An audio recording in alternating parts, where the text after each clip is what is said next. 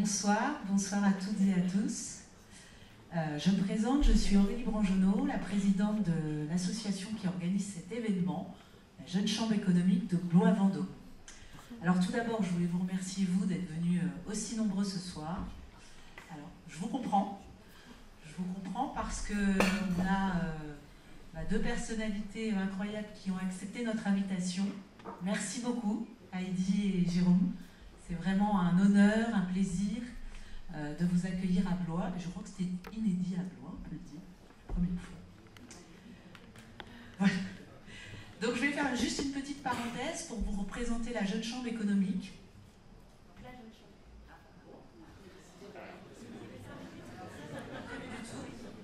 Bon.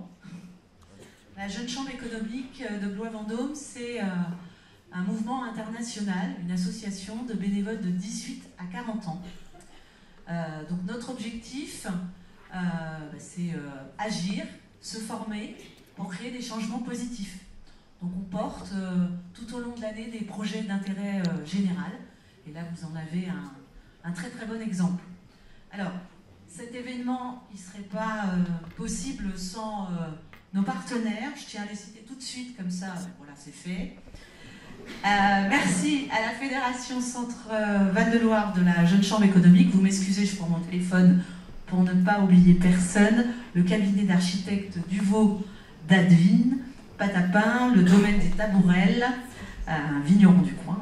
La librairie L'Abbé, vous les avez vus à l'accueil. NCH Productions et Dorian Alvarez qui sont tout en haut de la salle pour capter ce moment. @LTProd, France Terroir et Mercure. Je passe la parole à Kevin Chevalier, qui est membre de l'association et responsable de cette action. Bonsoir à toutes et à tous. Comme l'a très bien rappelé Aurélie, l'ADN de la Jeune Chambre économique française est de porter des actions sur le territoire. La conférence à laquelle vous allez assister ce soir est inscrite dans une action qu'on a portée cette année, qui s'appelle Climato-Optimiste, qui vient d'un constat simple, c'est que les régions où il y a le moins de catastrophes naturelles sont aussi les régions qui sont le moins sensibilisées et les moins informées sur les réchauffements climatiques et les dérèglements qu'ils opèrent. Pourtant, toutes les dégradations qu'on observe sur des territoires qui peuvent nous paraître lointains, méconnus, voire même qu'on ne pense pas explorer un jour, auront un impact sur nos vies, sur nos territoires, sur notre santé, nos familles et nos habitats.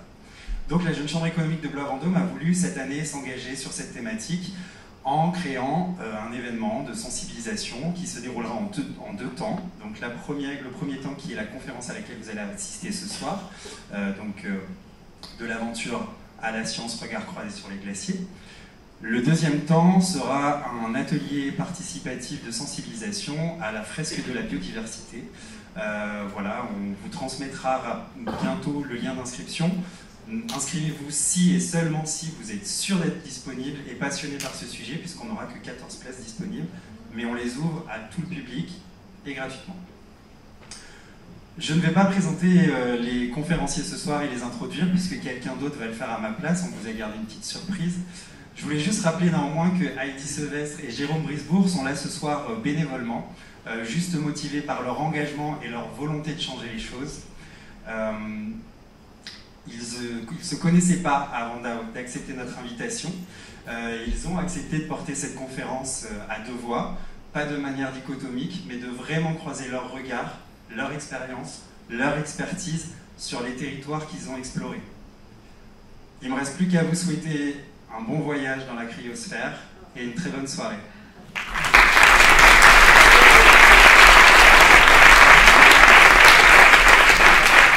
Madame la députée, très chère Mathilde, Madame la présidente de la Jeune Chambre économique, chère Aurélie, Madame la glaciologue, Monsieur l'explorateur, chers bénévoles de la Jeune Chambre économique, chers étudiants de l'INSA, mesdames, messieurs, je peux malheureusement pas être parmi vous aujourd'hui, mais je tenais à vous adresser un message à travers cette vidéo. Je suis très attachée à la Jeune Chambre économique et je salue l'engagement de ces bénévoles. Je connais votre dynamisme, je connais votre efficacité. C'est vrai que pendant longtemps, nous avons travaillé ensemble quand j'étais en charge de la jeunesse et nous continuerons à travailler ensemble parce que dans le cadre de mes précédentes fonctions, nous avons réussi à bâtir des choses ensemble. Nous avons d'ailleurs promu le CV citoyen, un CV qui permet de recenser et de valoriser les engagements des candidats et donc les talents de la jeunesse. C'est une avancée dont je suis très fière et je compte sur vous pour continuer à diffuser ces CV citoyens. On grandit au contact de personnalités inspirantes. Heidi Sévestre et Jérôme Brisbourg sont de ces personnalités extrêmement inspirantes. Votre exemple nourrit notre réflexion. Votre témoignage affermit nos convictions. Heidi, vous avez arpenté les principaux glaciers, des montagnes, de l'Himalaya jusqu'aux régions arctiques. Vous disposez d'une expertise rare, précieuse, et vous êtes évidemment l'auteur de Sentinelle du climat. Jérôme, vous êtes le deuxième Français à avoir réalisé le grand chelem des explorateurs. Oui, ce grand chelem qui consiste à atteindre le pôle Nord, le pôle Sud et la cime des 7, les plus grands sommets de chaque continent. Un véritable exploit. Les glaciers, ces témoins de l'évolution de notre planète, appellent une double attention. D'abord lutter contre le changement climatique pour limiter leur fonte. Ensuite, bien sûr, protéger les écosystèmes post-glaciaires libérés par la fonte des glaces. Mais enfin, la France entend être exemplaire dans la mise en œuvre de l'accord de Paris pour l'atteinte de la neutralité carbone d'ici 2050. Pour y parvenir, nous devons nettement accélérer la réduction de nos émissions à gaz à effet de serre. Il s'agit bien sûr d'un des objets de la planification écologique. Avec cette méthode solide, et grâce à la mobilisation de tous, j'ai la conviction que nous allons y arriver. Ensuite, nous voulons protéger des écosystèmes glaciaires et post-glaciaires. Leur richesse est exceptionnelle. Avant-hier, j'ai eu la chance de participer à une table ronde du One Planet Polar Summit qui a été consacrée à ce sujet et qui me passionne. Ces espaces mis à nu lors de la fonte des glaciers dévoilent des écosystèmes. Les observer va renforcer notre connaissance. L'intitulé même de votre conférence, c'est bien l'aventure à la science. Et intrinsèquement, la science est une aventure. D'autant que les chemins vers le savoir, ne sont pas toujours rectilignes, il faut l'avouer. Il y a un point commun entre la science et l'aventure, je crois que c'est bien la curiosité. C'est-à-dire la volonté de découvrir, la volonté de comprendre, la volonté de progresser.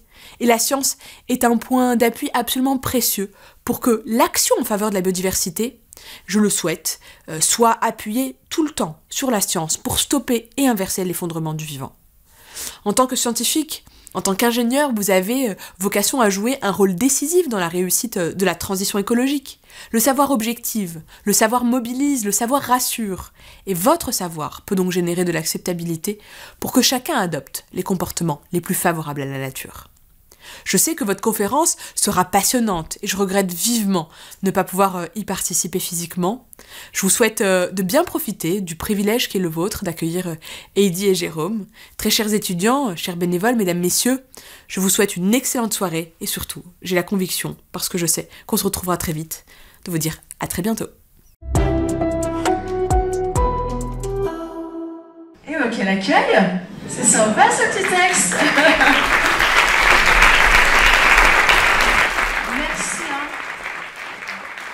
Merci infiniment pour votre invitation. Je crois que Jérôme et moi, on est vraiment ravis d'être avec vous ce soir. C'est tellement sympa que vous êtes déplacés aussi nombreux. Je suis aussi ravie de retrouver Kevin, avec qui j'ai passé pas mal de temps pendant mes études, et de faire la rencontre d'Aurélie. Donc merci à la Jeune Chambre économique de Blois-Vendôme pour votre invitation. On commence par des petites introductions, c'est ce qu'on s'est dit. Donc, je m'appelle Heidi, je suis glaciologue. Aujourd'hui, je travaille pour le Conseil de l'Arctique, donc pour les 8 pays de l'Arctique ensemble. Et là, je ressors tout juste du One Planet Polar Summit, du sommet des pôles et des glaciers. Donc ce soir, on a vraiment à cœur de vous transporter, de vous faire voyager, de vous montrer pourquoi ces régions de neige et de glace, elles sont importantes. Et en tout cas, on espère que vous aurez plein de questions à la fin. Merci. Merci Heidi. J'en profite pour faire connaissance en fait avec Heidi. Je ne savais pas tout ça. Je suis content Heidi. Et content aussi d'être avec vous. Moi, c'est une première pour moi dialoguer avec un scientifique. J'ai pu rencontrer des scientifiques en fait sur les terrains où j'ai pu aller, ils faisaient des relevés, etc. À chaque fois, on leur demandait qu'est-ce que vous faites exactement, qu'est-ce que vous observez. En traversant le Groenland, voilà, c'était un Français d'ailleurs qui était financé par les Américains, qui faisait son carottage. Ça faisait 10 ans qu'il faisait exactement le même carottage pour voir si il y avait du jeu sur l'épaisseur de la calotte glaciaire, où en fait il découvrait qu'il y avait des poches d'eau en fait, sous les différentes couches de glace. Ou encore, ça c'était assez rigolo puisque c'était financé par une société en allant au pôle Sud.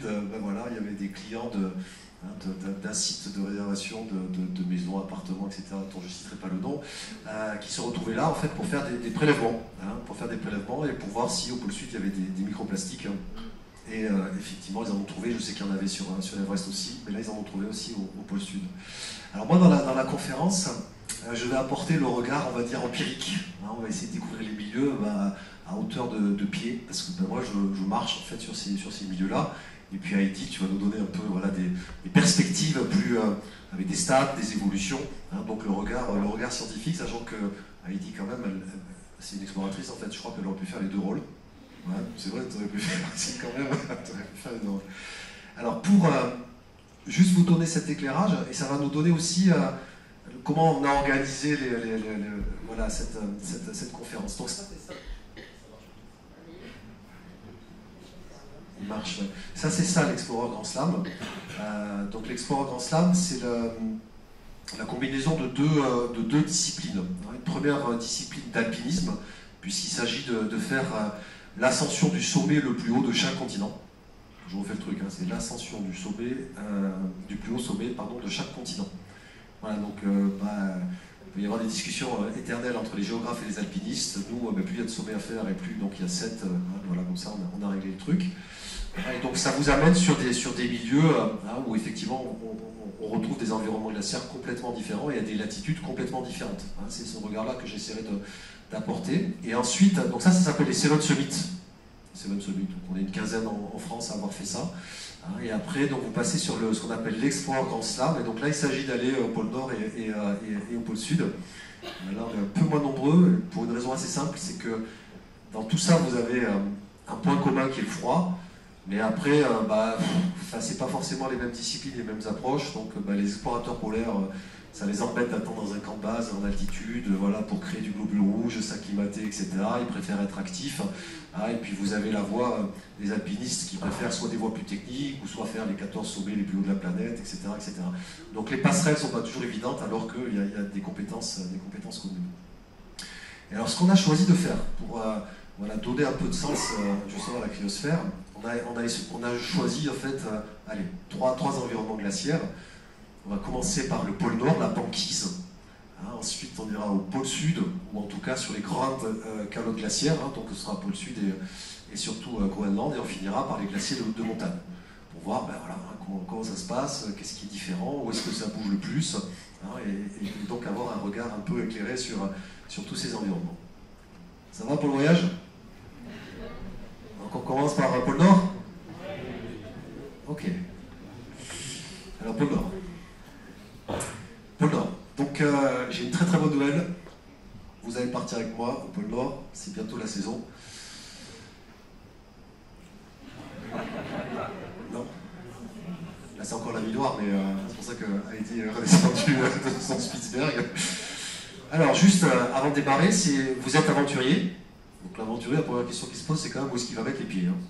Parce qu'a priori, il n'y a personne qui est suicidaire. Il y a plus simple pour se suicider que d'aller faire l'aventure dans les milieux extrêmes. Donc vous allez aller donc sur le pôle Nord. C'est quoi les caractéristiques de ce milieu? Quelle représentation vous en avez? Donc c'est blanc. Des fois c'est blanc, ouais, c'est blanc. Alors blanc, quand c'est tout blanc, c'est pas bon signe, parce que ça s'appelle white out. Donc ça veut dire que vous avez du brouillard qui est sur la banquise et vous y voyez rien. Et donc quand vous marchez, vous avez un peu l'impression d'être bourré, puisque l'oreille interne ne fonctionne pas, puisque vous n'avez pas de repère de verticalité ou d'horizontalité. Donc quand on est en ligne à 2, à 3, à 4 ou à 5, le premier il déguste, parce que vraiment il titube. Donc ouais, c'est blanc. C'est une mer de glace, c'est-à-dire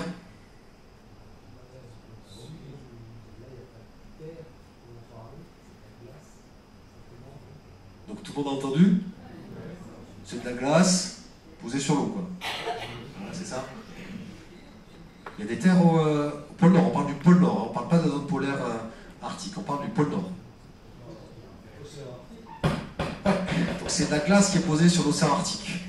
Donc concrètement, vous marchez sur un truc qui flotte et sous vos pieds, il y a 4000 mètres de profondeur d'océan Arctique.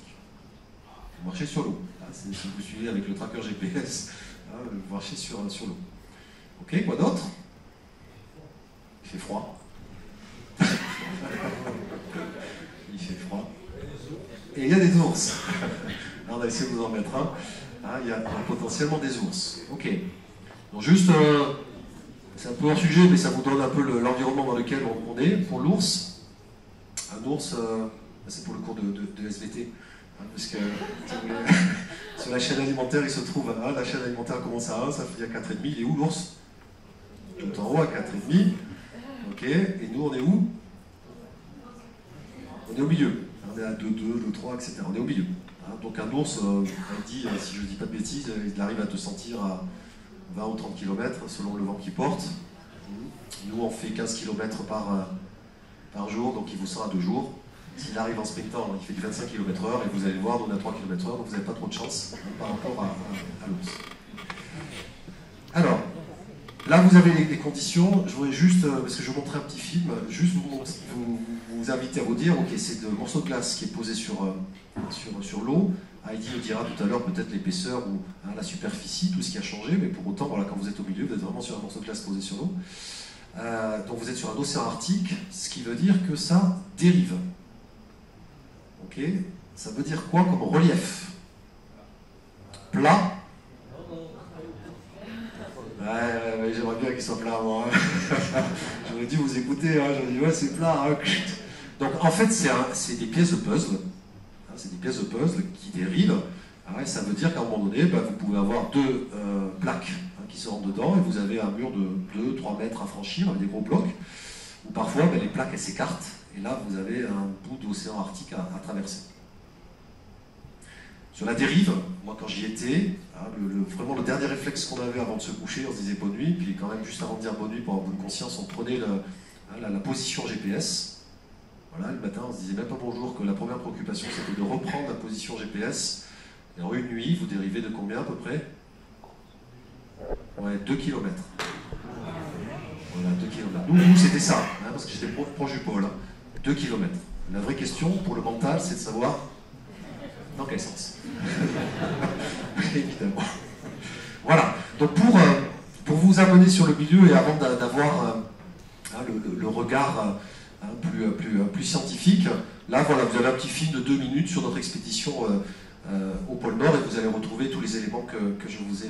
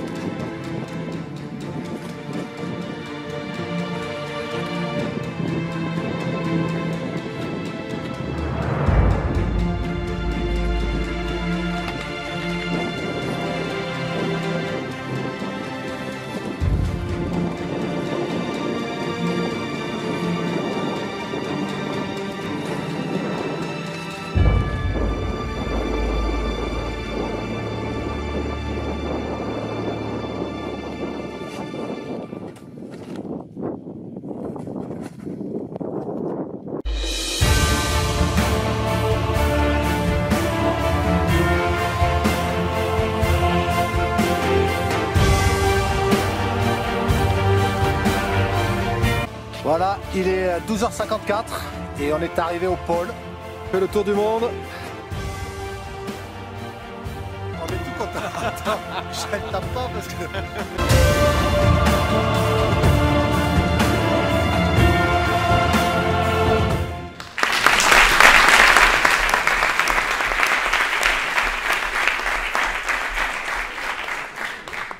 Donc vous avez vu, j'ai essayé de faire le tour du monde.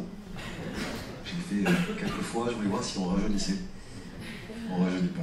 C'était un de mes rêves de gamin d'aller là-haut, en fait, hein, de marcher sur l'eau, voir ce que ça fait, et puis effectivement de me dire, tiens, si je fais le tour du monde, je suis vraiment sur le pôle nord géographique, hein, c'est l'axe de rotation de la Terre, hein, c'est pas le pôle nord magnétique, hein, c'est-à-dire votre boussole, elle ne s'affole pas, elle vous indique, il faut aller dans cette direction, et la boussole elle vous indique le nord par là-bas, par exemple. Hein. Là, c'est vraiment le truc que vous trouvez au GPS, et figurez-vous que donc on a mis ces bâtons pour symboliser que c'était le pôle nord. Voilà, on a fait des photos, tout ça, on a repris la prise GPS quelques minutes après, et en fait, une demi-heure après, on n'était déjà plus au pôle nord. Et en plus, j'y suis pas exactement, vous avez vu, c'est 89, 59, 59, on n'a jamais réussi à avoir le 90, 00, ce qu'on a au pôle sud. Donc avant de laisser la parole à Heidi, moi je peux juste témoigner de ce que j'ai observé, et puis de ce qui va se passer pour nous les aventuriers quand on veut revenir sur le pôle. Premièrement, donc j'étais avec Dixie qui est malheureusement décédé. Dixie, notre chef d'expédition, ça fait plus de 20 ans qu'il va au pôle Nord. Hein, donc lui, il a pu de visu observer un certain nombre de choses. Et surtout, en fait, quand on observe la glace, il n'y a plus de glace dite verte. Qu'est-ce que c'est que la glace verte? C'est une glace en fait qui ne fond pas entre l'hiver, l'été, etc., qui tourne en rond et sur laquelle en fait les algues viennent se coller. Comme vous avez les coques de bateau là, qui sont dans les ports, vous voyez bien qu'à la fin ils sont un peu verts. Et donc là vous avez ces glaces vertes. Là nous on a vu que de la glace blanche, glace vive, bleue, donc du coup ça veut dire que c'est de la glace qui est jeune. Hein, ça veut dire qu'elle forcément elle fond et elle se refait l'hiver d'après. Le deuxième élément, et là on peut se gargariser puisque nous en France on a le premier qui a été en solo au pôle Nord, c'est Jean-Louis Etienne. Donc pour celles et ceux qui étaient nés, c'était en 1986. Voilà, pour celles et ceux qui n'étaient pas nés, c'était donc en 1986 quand même. Donc ça s'était fait en équipe, mais c'était le premier à y aller. Et la différence entre les expéditions, et je vous parle vraiment de 86 et par rapport à nous, ben vous avez vu qu'on a des voies d'eau à passer. Donc déjà le premier équipement qu'on avait, c'est des combinaisons sèches. Là on a marché, vous avez vu quand on passe l'eau là, je suis proche du pôle, hein, donc le pôle c'est là où la banquise est la plus épaisse, hein, je ne suis pas sur les extrémités où là vous avez des morceaux qui surnagent. Donc l'idée là de la combinaison sèche, c'est ben, si on doit passer effectivement une voie d'eau, ben, c'est qu'à un moment donné, il faut qu'il y en ait qui se mettent à l'eau. Parce que là, l'eau elle est à 0 degré, il fait moins 25, enfin, vous tombez à l'eau, c'est fini quoi. Enfin, c'est sérieux, c'est fini. Enfin, je veux dire, là, même pour vous sortir et tout, enfin, il faut aller très très vite. Il y a très peu de chances que ça se passe bien quoi. Et donc là, on a cette combinaison. Je suis en train de repréparer des projets. Maintenant, là, on parle carrément d'avoir, et peut-être vous l'avez vu, puisque les deux derniers à avoir traversé le pôle Nord, c'est Mike Horn et Borgusland. Et là, ils sont carrément avec des packraft. Qu'est-ce que c'est que des packraft? C'est des canots gonflables. Donc l'idée étant de passer, ça s'appelle des leads ça, donc c'est ces voies d'eau qui peuvent être beaucoup plus larges. Et donc là je me suis entraîné avec des Norvégiens en février, et ils parlent carrément de prendre des kayaks. Parce que le packraft, vous voyez, c'est le truc de boudin, là, ça n'avance pas, le kayak ça file. Vous voyez, donc on est vraiment sur, bon, c'est de l'adaptation d'aventure par rapport au milieu, hein, très bien, hein, mais c'est juste pour vous montrer que, je vous ai parlé de 1986, vous êtes sûr que dans le traîneau de Jean-Louis Etienne, là, il n'y avait pas du tout ça, hein, et nous on en est là. Quoi. Donc ça c'est des observables effectivement empiriques, hein, mais c'est pour vous montrer que bah, ça bouge presque à l'œil nu. À nouveau, mon regard, moi c'était proche du pôle.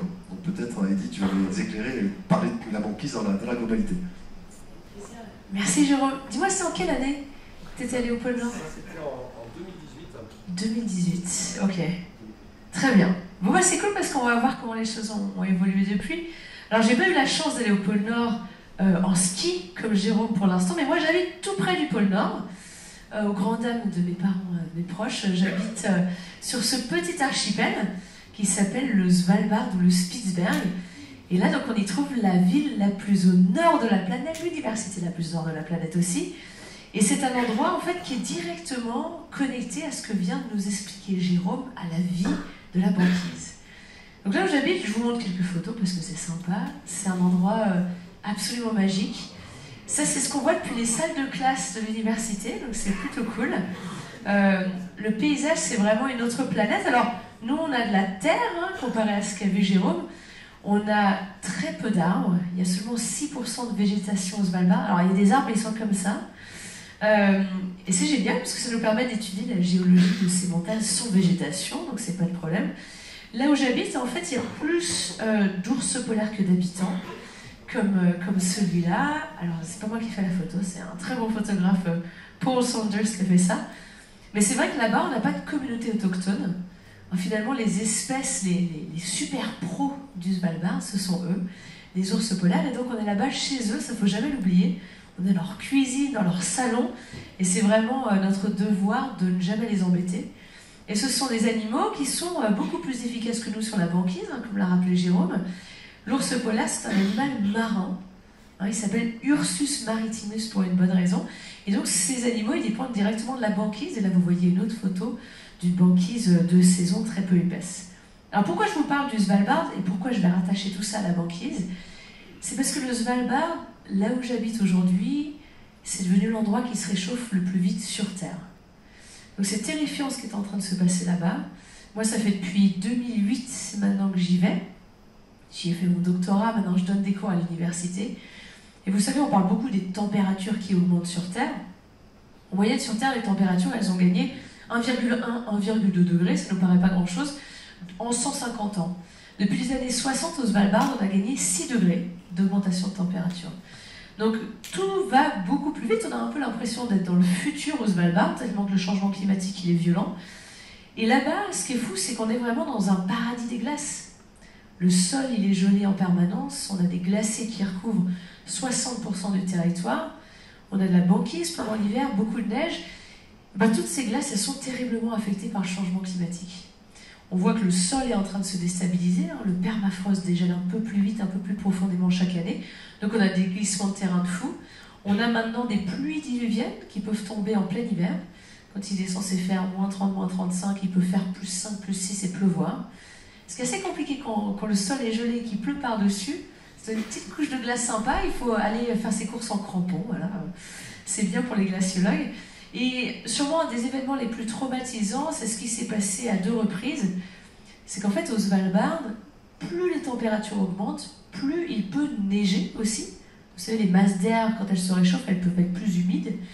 Et donc, on a des chutes de neige qu'on n'a jamais vues. Et ces chutes de neige, elles sont vraiment catastrophiques parce que on a eu un événement. L'événement là qui est pris en photo, il est terrible. Imaginez, c'était un dimanche matin, au mois de décembre 2017. Ça faisait une semaine qu'on avait un blizzard dans la ville, donc personne n'était sorti de chez soi pendant une semaine. Donc là, tout le monde était en pyjama avec sa famille à prendre son petit déjeuner du dimanche matin. Il fait nuit 24 heures sur 24. Il va faire encore nuit 24 heures sur 24 pendant encore un mois et demi. Et tout d'un coup, la tempête s'est arrêtée. 2 heures après, la moitié de la montagne au-dessus de la ville s'effondrait. Et une rangée de maisons se retrouvait catapultée par l'avalanche. Et donc, imaginez, les gens étaient chez eux en pyjama, bloqués par des tonnes de neige, et ne pouvaient plus sortir. Et donc, heureusement, la ville a l'habitude d'accidents. Tout le monde a pris une pelle et une pioche très rapidement, mais malheureusement, on a eu 2 morts ce jour-là. Dans un petit village de 2500 habitants, ça compte. On a eu un des profs de l'école et un petit bébé qu'on n'a pas pu récupérer à temps. Donc, au Svalbard, le changement climatique, là-haut, c'est une réalité. C'est pas quelque chose qu'on a l'impression qui touche le Bangladesh ou les Pays-Bas, c'est directement là-bas que ça se passe. Et alors pourquoi est-ce que le réchauffement climatique il est aussi violent là-bas? C'est directement lié à ce que Jérôme est allé voir, c'est directement lié à la banquise. Et donc là vous allez comprendre ce que Jérôme nous expliquait très bien, la dérive de la banquise, le fait qu'elle gigote sans arrêt cette banquise. Donc là vous voyez un petit time-lapse, une petite animation de la banquise des années 80 jusqu'à aujourd'hui. Et cette banquise, elle fait plein de trucs. Déjà, elle gigote beaucoup, parce qu'elle se fait dériver par les vents, dériver par les courants. Aussi, cette banquise, vous voyez, pendant l'hiver, elle s'étend, pendant l'été, elle se réduit, c'est tout à fait normal. On parle de la respiration de la banquise. Et cette banquise, elle a vraiment un super pouvoir, c'est qu'elle est de couleur très claire, comme nous l'a dit Jérôme. Et cette couleur claire, c'est un super pouvoir pour la banquise. Elle va renvoyer le rayonnement solaire dans l'espace. Donc c'est comme vous quand vous portez un t-shirt blanc pendant l'été, et bien la banquise c'est le t-shirt blanc de l'hémisphère nord, et on en a bien besoin pour maintenir cette région froide. Alors la banquise, comme nous l'a dit Jérôme, elle peut avoir plusieurs âges. La meilleure banquise, la plus blanche, la plus épaisse, c'est la banquise qui est ancienne. C'est celle qui peut avoir plusieurs années, donc c'est celle qui a la couleur blanche ici sur la petite animation. Et cette banquise, elle peut être aussi très jeune, comme tu l'as dit, hein. Elle peut être une banquise de saison qui est moins blanche, moins épaisse, moins costaud face au changement climatique. Le souci, c'est que ce qui est en train de se passer, vous voyez très bien, c'est terrible, cette banquise est très sensible au changement climatique. Hein. On sait que chaque tonne de CO2 émis fait fondre 2 à 3 mètres carrés de banquise, et voilà, on est en train de l'atomiser. L'océan glacial arctique se réchauffe extrêmement rapidement. On a aussi des canicules dans l'air, aussi dans l'Arctique, et cette banquise, on est en train de la perdre. Donc en 40 ans, on a perdu à peu près 45% de la surface de banquise dans l'Arctique. Ça ne veut rien dire parce qu'on a du mal à s'imaginer la taille que ça représente. En fait, c'est comme si la taille d'un pays comme l'Inde avait disparu. C'est quand même pas rien. Imaginez si l'Inde avait vraiment disparu, je crois qu'on aurait tous réagi. Mais vu que c'est au nord, vu que c'est dans l'Arctique, loin de nous, on a l'impression que c'est pas très important. Donc on en est là, aujourd'hui. Et là, les toutes dernières études scientifiques semblent nous montrer qu'il est peut-être déjà trop tard, à force d'avoir cramé du charbon, du pétrole, du gaz naturel, pour la sauver, cette banquise en Arctique. Alors les conséquences, ça va être terrible sur l'Arctique en lui-même, parce qu'à la place, qu'est-ce qu'on a? On a un océan qui, lui, est très foncé en couleur, hein, vous l'avez vu sur les images de Jérôme, et plus il est foncé en couleur, plus il va absorber la chaleur du soleil. Donc moins on a de banquise, plus l'océan se réchauffe, moins on a de banquise. C'est pas cool. La fonte de la glace vraiment accélère la fonte de la glace. Et les conséquences, donc elles sont déjà sur les 7 millions d'habitants qui habitent dans l'Arctique. Alors eux n'habitent pas sur la banquise, mais ils utilisent la banquise pour chasser, pour pêcher, pour se déplacer. Il y a des conséquences sur toute la biodiversité aussi qui a besoin de l'Arctique, bien sûr. Mais surtout, il y a des conséquences chez nous. À Blois, vous y pensez un peu à la banquise ou pas? Pas trop, hein? Je vais vous montrer pourquoi il faut y penser un petit peu plus. En fait, tant que l'Arctique, il est froid, il est gelé, il est glacé, entre chez nous, où il fait chaud, et l'Arctique, où il est censé faire très froid, eh ben, on a des vents. Vous savez, les vents, ils fonctionnent sur des écarts de température. Les courants d'air, c'est des écarts de température. Et donc, plus on a des écarts de température entre chez nous et l'Arctique, plus on a des vents qu'on appelle les polar jet streams, qui pulsent, quoi. Quand on voit du pâté, là, ils vont tout droit autour de la planète. Le froid reste dans l'Arctique, le chaud reste chez nous, tout va bien, tout le monde est content. Le problème, c'est que l'Arctique, c'est la région qui se réchauffe la plus vite sur Terre aujourd'hui. Donc les écarts de température entre chez nous et l'Arctique s'amenuisent. Et donc ces vents, un peu comme une rivière qui ralentit, ces vents, ils vont commencer à faire des virages, à faire des méandres. Et donc voilà ce qui se passe en ce moment. Donc ça veut dire que chez nous, on a une sorte de chaos climatique, qu'on peut encore tout à fait avoir des vagues de froid qui viennent tout droit de l'Arctique. C'est les gels précoces, les gels tardifs qui sont si négatifs pour l'agriculture. Mais aussi et surtout, on a des grosses vagues de chaleur qui viennent de vraiment loin au sud, qui remontent jusqu'à chez nous. Donc ça, c'est directement gouverné par la banquise de l'Arctique. Et là, on a des canicules, on a des périodes de sécheresse. En fait, plus cette banquise, elle disparaît, plus chez nous, voilà ce qu'on a, des phénomènes météorologiques extrêmes. Donc aujourd'hui, c'est très clair qu'il faut collectivement qu'on se pose la question, est-ce qu'on en veut encore un petit peu plus de ces événements météorologiques extrêmes? Parce que là, visiblement, ce qui s'est passé ces derniers mois, c'est déjà terrible, c'est traumatisant, ça coûte cher. Et bien, c'est du pipi de chat par rapport à ce qu'on risque d'avoir l'été prochain, l'année suivante et l'année suivante, si cette banquise continue à disparaître. Donc aujourd'hui, il n'y a aucun doute que tout ce qui se passe dans l'Arctique influence directement votre vie quotidienne, influence directement ce qui se passe ici à Blois. Donc ce soir, ce qu'on va essayer de faire avec Jérôme, c'est de vous montrer que ces régions lointaines, mystérieuses et énigmatiques, finalement, elles influencent votre quotidien, et que votre quotidien, il influence directement ce qui se passe dans l'Arctique. Jérôme, je te laisse enchaîner. On passe dans le deuxième milieu, là, et pas les moindres, hein. Attention. On va faire les calottes glaciaires. Donc là, vous avez une photo du Groenland. Hein, et c'est d'ailleurs, Heidi a sursauté quand elle a vu ça, puisque vous avez en fait une fonte de surface de la calotte en fin d'été, même d'ailleurs un peu en plein été.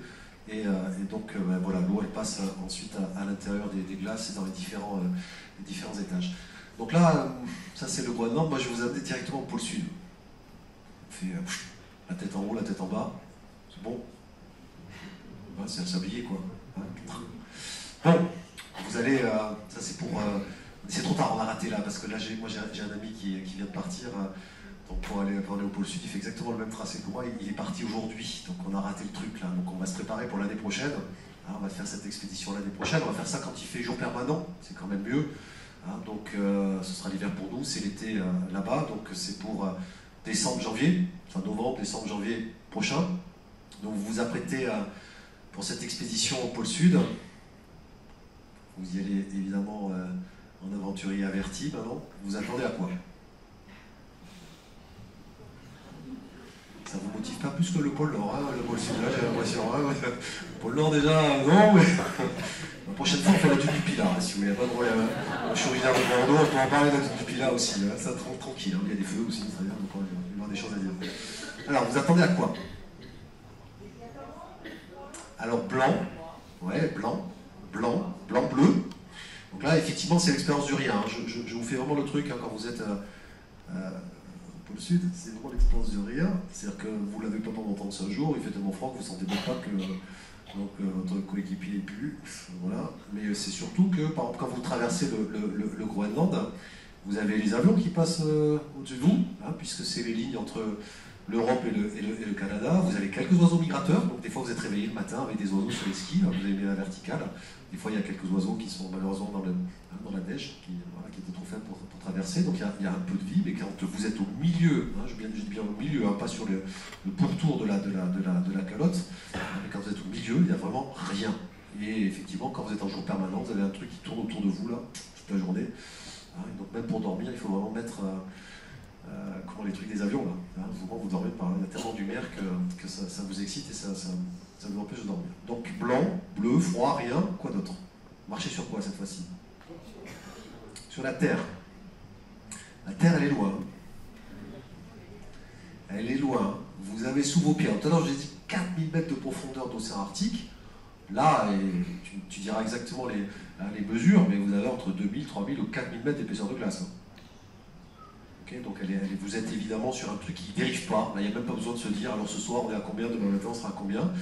Mais vous êtes sur entre 2000 et 4000 mètres d'épaisseur de glace, donc sous vos pieds. C'est un petit peu la même chose au Groenland. Peut-être un peu moins, il y a 2000 mètres d'épaisseur de glace, mais voilà, c'est ça que vous avez sous les pieds. Et quelle est la contrainte majeure? Parce que c'est plat en fait, c'est quoi la contrainte majeure? Le vent. Les vents dits catabatiques. Donc vous allez voir, il y a une petite séquence où on est dans la tempête, où nous on a eu 100 km/h de vent, il y a eu des vents qui ont été enregistrés jusqu'à 300 km/h. Il n'y a rien qui arrête le truc.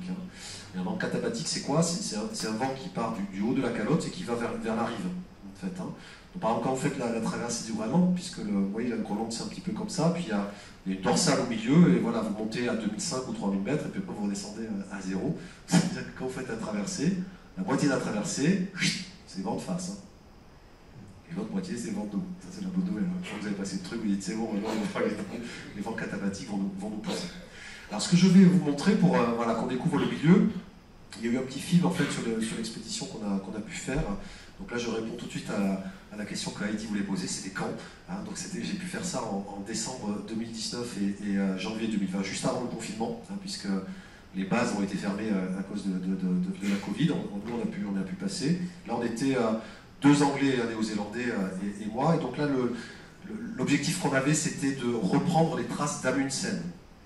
Donc Amundsen, qui est le premier à avoir été au pôle Sud, c'était en 1911, peut-être vous avez en tête la course Scott Amundsen, et donc c'est lui qui est arrivé, et là nous on a fait un bout de son parcours, parce que lui il a fait, il est parti, il est arrivé en bateau, il a tapé contre les icebergs tabulaires, et après il est rentré, et donc nous on est parti vraiment du rivage. Quand je vous dis le rivage, c'est qu'on l'a trouvé au GPS, c'est-à-dire que vous êtes vraiment sur une plateforme de glace, et puis en fait, vous dites tiens, la rive elle est là, mais vous savez pas, ça reste plat, quoi. Ça fait pas comme si vous montiez une marche en disant ah si, je suis sur la rive, je suis vraiment sur le truc plat. Donc, et juste la particularité, c'est qu'avant de monter sur le plateau polaire, on a d'abord remonté le glacier Axel Edberg, qui est quand même juste la spécificité d'être un glacier en S.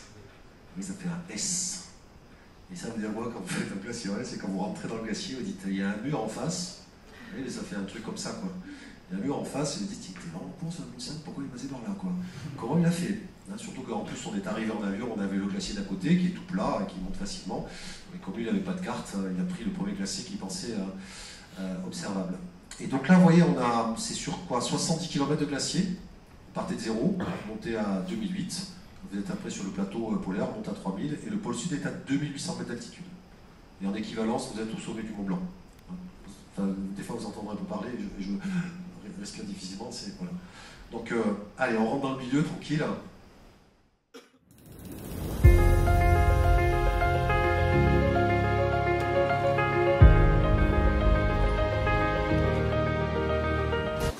C'est parti pour notre première journée. Voilà le cairn de Amundsen sur le mont Betty qui a été reconstruit en 1962 par l'équipe qui est passée là. Pour cette première journée, on va s'arrêter dans une demi-heure, ce qui fait qu'on aura quasiment fait 30 km pour une première journée. Ça fait 5h30 qu'on marche et là j'en peux plus du tout. On a réparti les charges pour alléger le premier qui fait la trace. La neige est vraiment très très profonde. Et là moi depuis le troisième tour où j'étais devant, on n'avait pas encore allégé les poulkas. Et quand je vois le icefall derrière nous, là je commence à être un peu inquiet parce que demain il va falloir monter encore plus. Je vais y aller mollo puisque là j'ai vraiment plus de cuisses, plus du tout, plus rien. Voilà, même si c'est dur là aujourd'hui, 11 heures qu'on marche et on n'a pas fini. Je ne m'en lasse pas. Qu'est-ce que c'est beau. En plus on a un temps magnifique. Donc c'est très très chouette. Ça fait passer la difficulté physique. Bonjour. Bonjour. Voilà, on est le 21 décembre. C'est le matin. Ça fait 2 jours qu'on est sur le plateau. Ouais. Yeah. Et on est bien content, on avance bien. Hier il y avait un peu de vent donc on avait froid, mais là ça va mieux aujourd'hui. Et voilà, c'est la tête qu'on a le matin, on n'est pas très réveillé. Hein, surtout Bob, un petit focus sur Bob. I am tired because Jerome was snoring all night long. Yeah, so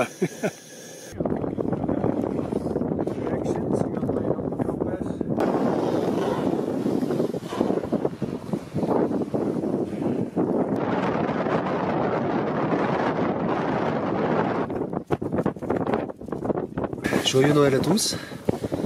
Là, je suis tout seul dans la tente. Bob a été voir Rob pour en savoir plus sur la météo. Donc pas de chance, là ça fait plus de 2 jours qu'on est bloqué ici. A priori ça devrait se calmer, le vent là on voit bien que ça se calme par rapport à hier. C'est un peu moins la tempête, mais là on voit rien, on voit même pas à 50 mètres. Donc je pense que la journée va être consacrée encore à attendre.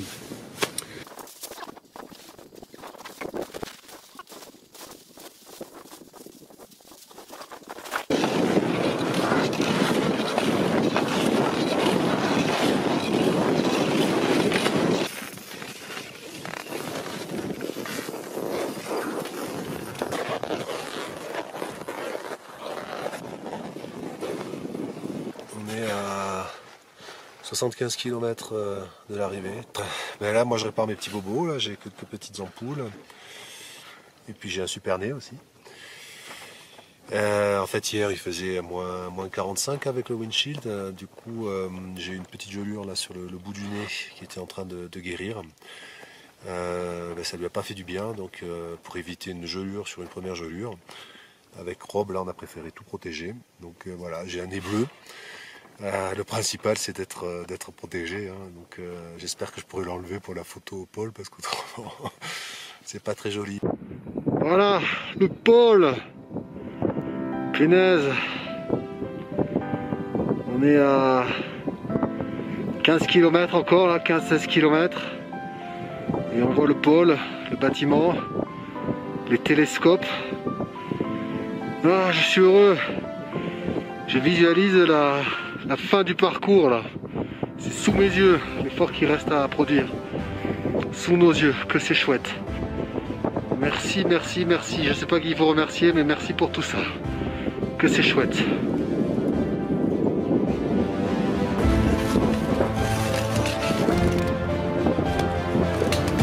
Yeah! Well done! Well done! Good, Ali!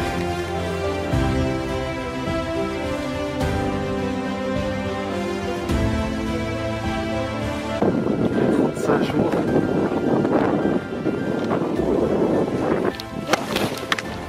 Je me casse la figure.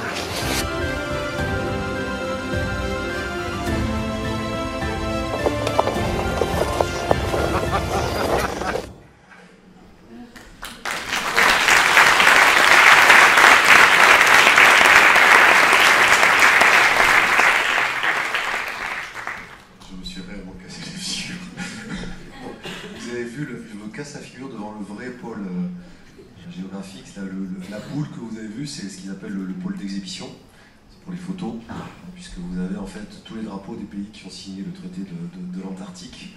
C'est juste à côté, voilà, du bâtiment officiel, et donc voilà, toutes les photos sont prises ici, mais en fait vous n'êtes pas vraiment sur l'axe de rotation de la Terre, c'est là où il y a le panneau, et puis il y a en fait un mât qui refont tous les ans. La symbolique, c'est de refaire ce mât tous les ans, et de le planter au bon endroit, puisque vous savez que la Terre elle bouge un peu, donc il le pose au bon endroit. Effectivement, avec mon GPS, j'étais sur ce mât, et j'étais à 90,000, et j'ai envoyé le truc en disant ça y est, j'y suis. J'ai encore ça remonte, c'était vraiment chouette, quoi. Voilà. Sur cet environnement, avant de passer donc la parole à Heidi, là, en fait, nous on n'observe rien.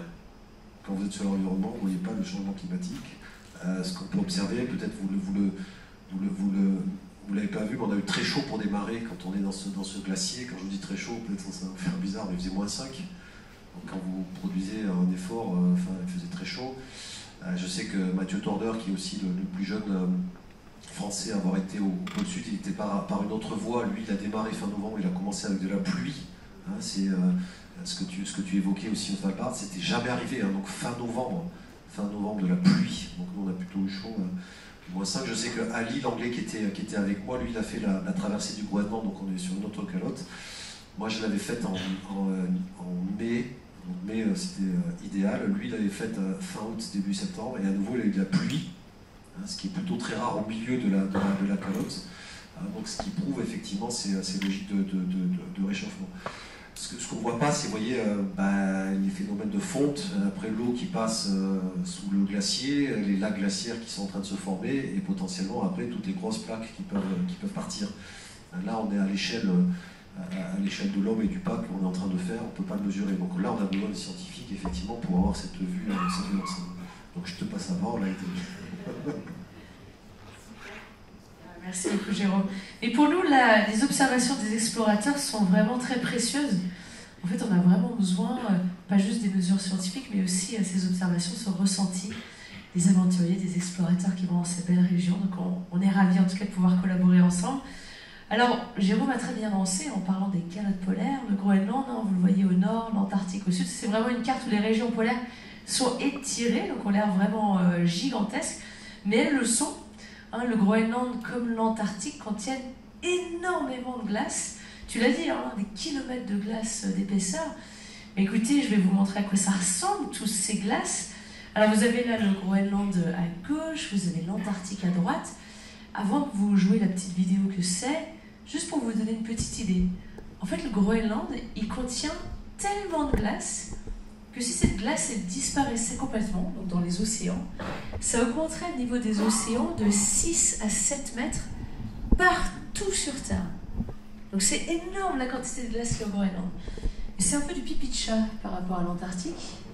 Si l'Antarctique perdait sa glace, donc là où tu es allé, le niveau des océans augmenterait jusqu'à 58 mètres. Donc en fait c'est fou quoi, c'est fou de se dire à quel point elles sont gigantesques ces calottes polaires, et que même si on perd un tout petit bout du Groenland, un tout petit bout de l'Antarctique, finalement c'est le Bangladesh, c'est les Pays-Bas, c'est aussi une partie de la France. Donc on a vraiment intérêt à faire en sorte que ces calottes polaires réagissent pas trop, Et en fait, pour nous, c'est assez dur à étudier, parce que c'est très grand, c'est loin. Mais maintenant, on a une très bonne idée de ce qui se passe, parce qu'on a des satellites, ça c'est une reconstruction d'images satellites, qui arrivent à détecter là où elles gagnent de la neige, de la glace, et là où elles perdent de la glace. Donc là où elles perdent de la glace, c'est en orange, jaune, et là où elles gagnent un peu plus de chute de neige, hein, comme je vous le disais tout à l'heure, et au Svalbard, il y a un peu plus de chute de neige, mais aussi à l'intérieur du Groenland et quelques parties de l'Antarctique, c'est les zones qui sont en bleu. Et donc aujourd'hui, c'est très clair qu'on sait parfaitement ce qui se passe au Groenland et en Antarctique. Les deux calottes polaires, elles réagissent extrêmement rapidement au changement climatique, surtout le Groenland, pour l'instant, puisqu'il est dans l'Arctique, la région qui se réchauffe le plus vite sur Terre. Le Groenland, il perd, c'est vraiment des centaines de milliards de tonnes de glace dans l'océan. Donc le Groenland, c'est 270, l'Antarctique est un petit peu en retard, mais malheureusement, l'Antarctique est aussi en train de rattraper le temps perdu. Donc c'est vraiment des quantités de glace, mais de dingue, que ces calottes polaires sont en train de rejeter dans les océans. Et ça, nous, on a essayé d'aller l'étudier. C'était en 2015, c'était ma première expédition en Antarctique. Alors je voulais vous partager quelques petites images. En fait, on est parti sur la petite virgule là, la petite virgule qui dépasse de l'Antarctique, c'est la péninsule antarctique. Et là, il y a un truc super intéressant à étudier, c'est qu'en fait, en Antarctique, vous avez le continent recouvert de glace, c'est ce que vous voyez ici en jaune, et la glace, en fait, elle est toujours en mouvement, et au bout d'un moment, cette glace, parfois, elle va se mettre à flotter, c'est ce que vous voyez en turquoise. Donc c'est vraiment c'est pas de la banquise, hein, c'est la glace du continent qui fait des kilomètres d'épaisseur, qui tout doucement s'écoule en direction de l'océan, et dans des baies naturelles, cette glace, elle va pouvoir continuer à avancer, à flotter. Et ça, c'est ce qu'on appelle des barrières de glace. Ces barrières de glace, en fait, on se rend compte qu'elles sont super importantes parce que les 3/4 des côtes de l'Antarctique sont connectées à ces barrières de glace. Et en fait, elles ont une importance clé parce qu'elles stabilisent la calotte polaire tout entière. C'est un peu bizarre ce que je vais vous expliquer, mais c'est un peu comme le bouchon d'une bouteille de champagne, ces barrières de glace. Le fait d'avoir ces zones turquoises dans des baies, en fait, c'est comme si elles freinaient aux 4 fers pour bloquer la glace derrière elles.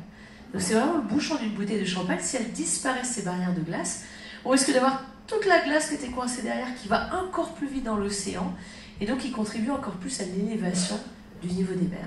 Donc ces barrières de glace, c'est ce qu'on est allé étudier. Donc j'ai rejoint une équipe britannique, plutôt galloise, que je ne me plante pas, galloise, pour aller étudier ça. En fait, donc on est parti, alors nous on a un peu triché, on est parti en avion jusqu'à la base anglaise de Rothera. Ensuite, on a fait un dernier petit saut de puce par-dessus ces montagnes, qui s'appelle les montagnes transantarctiques, un vol d'1 heure juste à pleurer tellement que c'était beau. Et ce qu'on est allé étudier, c'est ce qu'il y a sur la droite. Donc ça, c'est la glace du continent qui flotte, voilà, qui est vraiment posée sur l'océan austral. Et là, on s'est bien amusé. Pendant 6 semaines, on a campé, on était un peu les gypsies de la barrière de glace. Et ce qu'on est allé faire, c'est étudier une de ces barrières de glace, un de ces bouchons de la bouteille de champagne, qui n'avait jamais été étudié avant. Et donc ces bouchons, on a besoin de les comprendre. Quelle épaisseur ils font? Est-ce qu'ils sont solides et résilients face au changement climatique? Ou au contraire, est-ce qu'ils sont peu épais? Est-ce qu'ils sont bouffés par le changement climatique? Donc pour ça, nous, les scientifiques, on essaie d'utiliser plein d'instruments différents. Donc là, vous ne reconnaissez peut-être pas mon collègue Adam, mais Adam, le gallois, il nous montre un instrument que vous ne reconnaissez pas non plus certainement parce qu'il est couvert de neige. Ça, c'est à peu près 100 000 € d'équipement. Et ça, c'est un radar, en fait, qui nous permet de mesurer ce qu'on a sous les pieds. Donc, c'est-à-dire l'épaisseur du bouchon de la bouteille de champagne, l'épaisseur de la barrière de glace. Et donc, là où on était, là où on campait, on avait 800 mètres de glace sous nos pieds qui flotte. Donc, c'est de la glace très solide, continentale, qui flotte. Donc ça, c'était intéressant de voir que c'était quand même encore très épais. Là, vous avez notre chef de projet, Bryn, une sorte de viking gallois.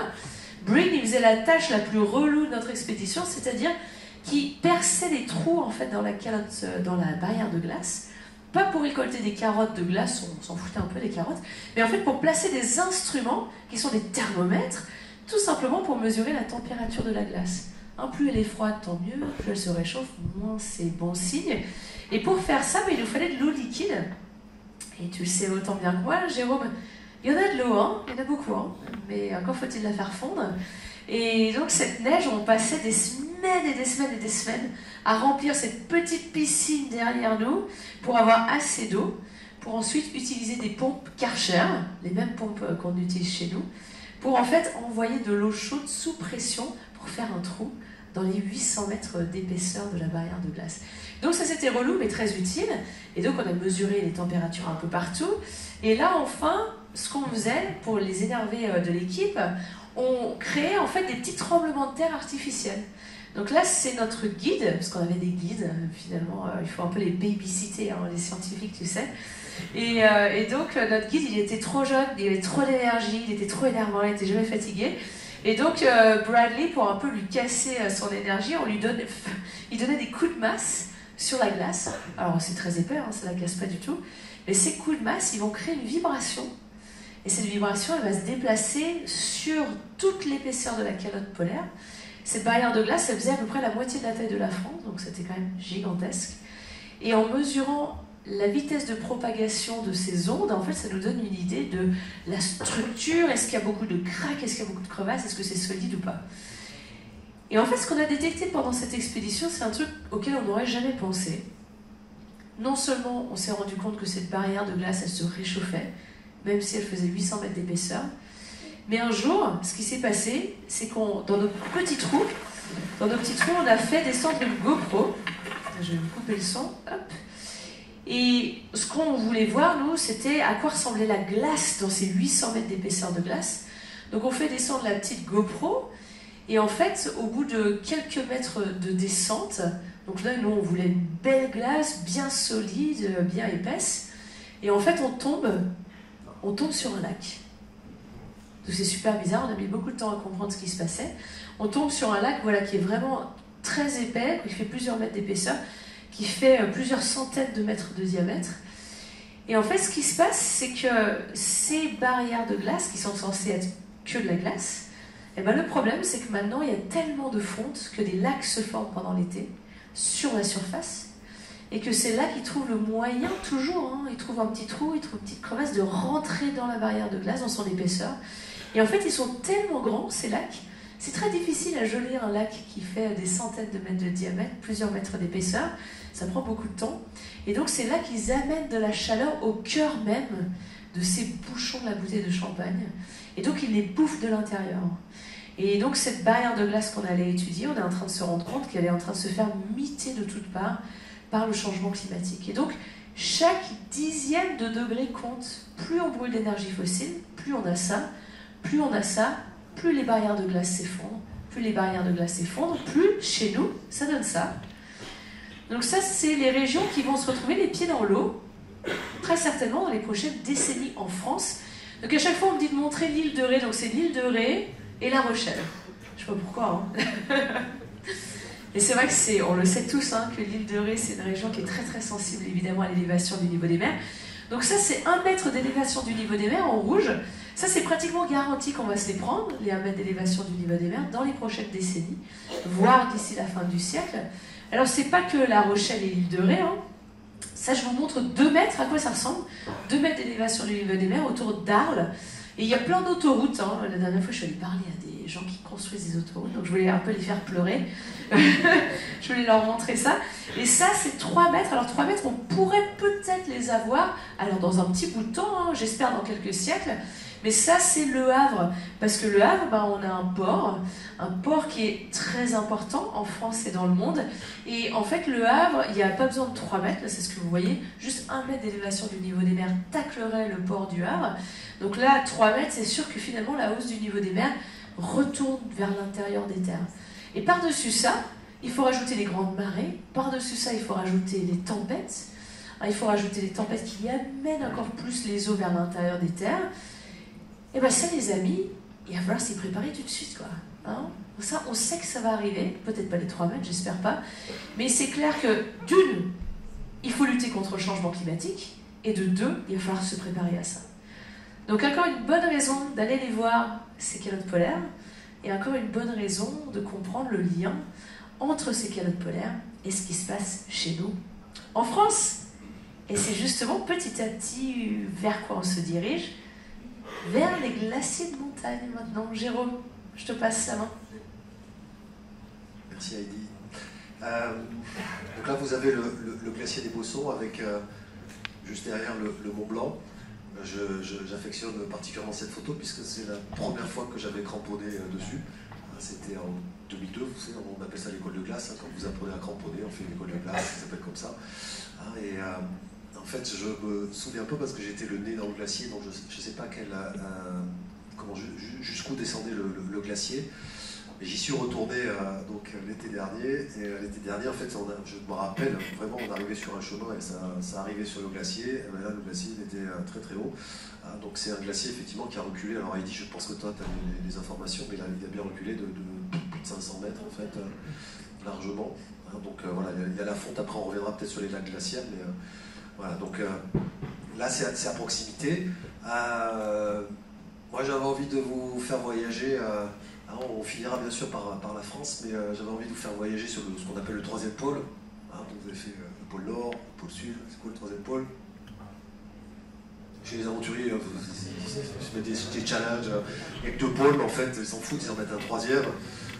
D'ailleurs, ça s'appelle le challenge des 3 pôles, en fait, en réalité. C'est l'Everest. C'est l'Everest. Donc là, maintenant, on va faire un petit voyage en altitude. On a marché sur l'eau, on a rajeuni en faisant le tour, on a eu la tête en bas quand on était au pôle sud, et là maintenant on va avoir la tête dans les nuages à hauteur du vol d'un avion, puisque vous avez en tête l'altitude de l'Everest, 8500, et j'aurais bien aimé moi 8500, t'arrêtes à 8005. Alors qu'est-ce qu'il nous dit Wikipédia? 8848 mètres. Quand je vous dis ça, je suis à peu près sérieux quand même, parce que 100 mètres de dénivelé, juste 100 mètres de dénivelé, c'est 1 heure de marche. Ok, 100 mètres de dénivelé, c'est 1 heure de marche pour monter, et puis 1 heure de pour descendre, c'est 2 heures en fait. Donc c'est vrai que si c'était arrêté à 8005, on aurait économisé un peu de temps et d'énergie pour y arriver. Alors je vais vous faire voyager sur ce projet. Moi c'est un projet que j'ai fait en 2011. L'Everest, c'était l'aboutissement en fait d'une série de sommets où l'idée c'était de découvrir mes capacités ou mon potentiel, puisque j'ai démarré, comme je vous l'ai dit, par le Mont Blanc. Le Mont Blanc, vous êtes à 4807, alors bien, là vous avez les dernières infos. On ne sait plus, c'est sur les livres d'école, des fois c'est 4808, 10, mais là c'est 7 sur le dernier relevé. Et donc, entre passer de 4008 à 8848, il y a un petit peu de progression. Donc j'avais fait une série de sommets qui m'avaient amené à monter progressivement à 5000, à 6000, à 7000, à 8000, de façon à identifier comment votre corps réagit donc, par rapport au problème principal qu'on a sur un sommet comme l'Everest. C'est quoi le problème principal que vous avez? C'est l'oxygène. Il fait froid, vous auriez pu me dire, c'est blanc, vous auriez pu me dire aussi, il n'y a pas d'ours. Un Yeti, on ne l'a pas vu. Mais en tout cas, c'est le problème de l'oxygène. A priori, il y aurait 30% de l'oxygène qu'on a ici donc sur Terre. Enfin, à voir. Et donc là, l'idée, c'est moi je l'ai fait avec oxygène. Je suis, je crois, le 99e français, je passais juste avant, 99e français au sommet de l'Everest. Et je crois que sur les 100 premiers, il y en a 5 ou 6 qui l'ont fait sans oxygène. Il faut aller très vite, en fait, paradoxalement.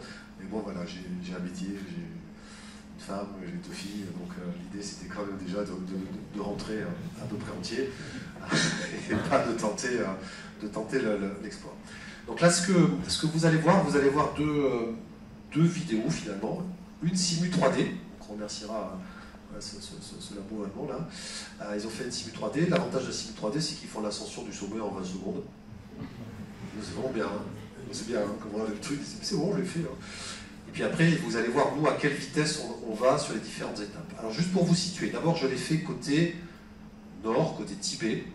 On peut le faire de 2 côtés, donc par le Tibet, par la Chine, ou par le Népal, le côté sud. L'avantage de la Chine, c'est qu'il y a moins de monde, c'est moins dangereux, c'est plus aléatoire, parce que vous allez voir, c'est une course arrête, donc vous êtes exposé au vent, et donc, du coup, les fenêtres météo sont plus rares. L'inconvénient majeur de passer par la Chine, c'est d'avoir l'autorisation de le faire. Vous préparez un projet comme ça, je vous donne la réalité, vous préparez un projet comme ça, vous allez chercher les sponsors, vous entraînez machin, etc., et vous avez l'autorisation d'aller de ce côté-là 3 semaines avant de partir. Vous faites check la boîte mail, check.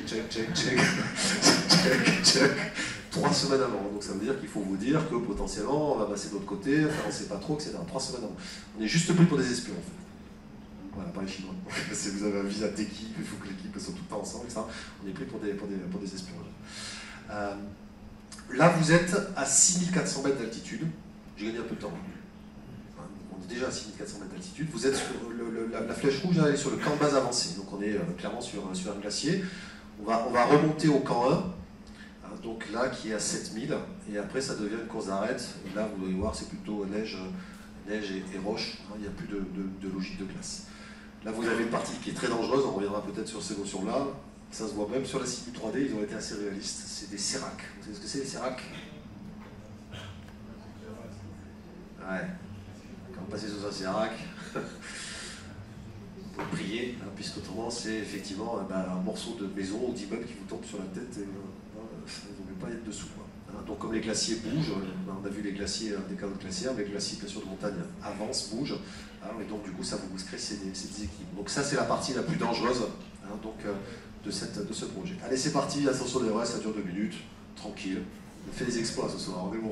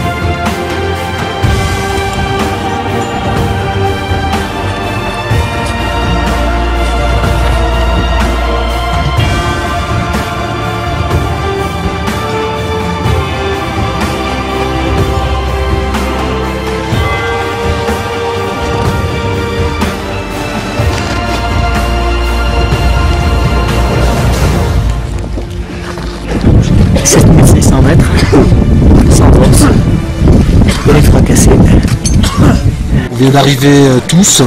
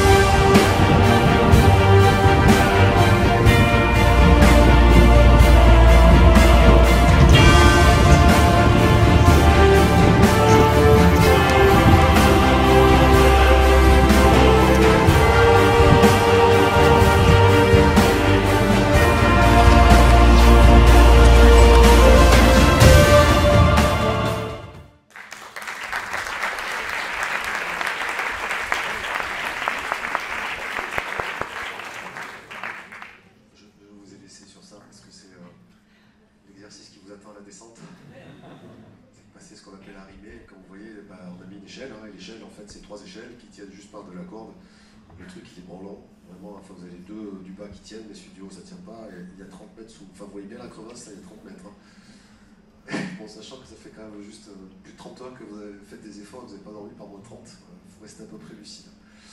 Juste pour l'anecdote, vous avez vu que la photo du sommet, il faisait nuit. Donc c'est toujours la question que je me pose, est-ce que je vais le refaire pour avoir un super travelling? Je ne regarde pas, je regarde Google et tout ça, clac, maintenant il y en a tellement qui sont montés au sommet que je pourrais même leur piquer leur truc et dire ouais, j'ai fait plein de jours et tout, c'était génial.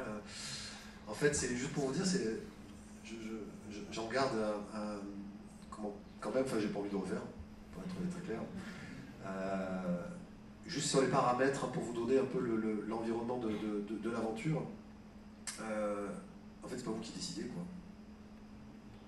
C'est d'abord les conditions qui décident pour vous. C'est-à-dire que la question qu'on se pose avant de pouvoir monter, c'est est-ce qu'il y a une fenêtre météo ou pas? Et c'est quoi une fenêtre météo? Vous en avez en fait 2 par an sur l'Everest, c'est avant la mousson et après la mousson. Une fenêtre météo, c'est quand il fait plus chaud que moins 30 degrés à l'abri du vent.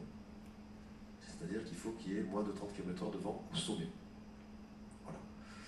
Et donc ça, vous avez ça avant la mousson, donc c'est plutôt fin mai, et puis après la mousson, plutôt fin septembre. Et nous, juste pour vous donner les conditions qui nous ont amenés à ça, la fenêtre météo, on l'a vu arriver. Alors moi j'étais chef d'équipe, je vous demande juste comment ça se passe, c'est bien, c'est super. Donc là on se retrouvait dans la tente du chef de camp, et puis nous on avait un routeur suisse, et puis après vous avez les routeurs du monde entier, donc vous avez les Américains, les Russes, les Italiens, tout ça, etc. Et donc le Chinois il organise un tour de table en disant, bah alors il dit quoi votre routeur, il dit quoi votre routeur, il dit quoi votre routeur, il dit quoi votre routeur. Et lui évidemment, comme il est responsable du camp, il décide en dernier ressort. Donc pendant 6 jours à 6004, 6 jours à 6004, enfin je veux dire on déguste, enfin sérieusement on déguste, c'est-à-dire que toute journée que tu passes à 6004 de plus, c'est une chance de moins pour aller au sommet. Donc pendant 6 jours à 6004, on faisait le tour de table et à la fin, il regardait, il ouvrait son ordinateur, il dit moi j'ai la météo de Lhasa, au Tibet, donc il avait la météo la plus locale. La météo dit qu'il n'y a pas de fenêtre météo, rendez-vous demain à 11h. Et là tu dis pourquoi t'as pas commencé par ça, quoi? Pourquoi tu nous as fait espérer? Parce que là, vous avez vraiment les phénomènes de groupe où, en fait, vous arrivez, vous avez analysé la fenêtre, vous ne saviez pas, puis en fait, quand vous passez après l'Italien qui, lui, n'a pas la même fenêtre, il dit, ouais, peut-être potentiellement il y a une fenêtre, un peu tu regardes le truc, tu dis, il a raison, en fait, il y a peut-être une fenêtre. Vous avez marre d'attendre, parce que vous savez que... Et donc, on avait juste 1 jour 3 quarts de fenêtre météo, c'est-à-dire 20 et 21 mai, 1 jour 3 quarts, c'est-à-dire qu'on avait tous, alors là c'était l'unanimité donc de tous les routeurs du monde entier, à 4h de l'après-midi sur la montagne, retour du vent, 100 km/h de rafale. Donc il est hors de question d'y être, sinon c'est une momie de glace. Donc 1 jour 3 quarts, donc là on refait le truc, je vous fais le tac, tac. Moi j'étais là, fait par rapport à lui, donc je parlais dans le 3e, on disait, ouais non, c'est bon, on va terminer, tac, et on fait le tour. Alors il dit, attends, ça fait 6 fois qu'il nous fait le coup, il ouvre le truc, il dit, c'est bon, va et va terminer. Après, il dit, maintenant, il y a une règle. Et quoi, il y a une règle? Il y a une règle. Le 20 mai, c'est les Chinois. Le 21 mai, c'est le reste du monde. Voilà, il dit ça. Et donc, il était en Chine. Et donc, après, tu réfléchis, tu dis, mais en fait, vous êtes combien, vous? Et nous, on est combien? Donc, eux, ils étaient 15, x 2, puisqu'ils avaient les Sherpas, donc 30. Et nous, on était 80, x 2, 160. Alors, tu te dis, alors attends. Ils sont 30, ils ont une journée entière pour faire la journée, et nous on est 160, on a 3 quarts de journée pour faire le truc. Ok, c'est ça ou c'est rien?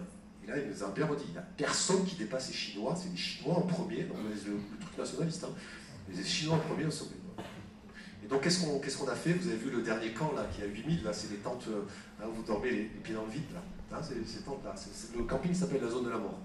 Quand vous êtes au-dessus de 8000, le truc c'est la zone de la mort.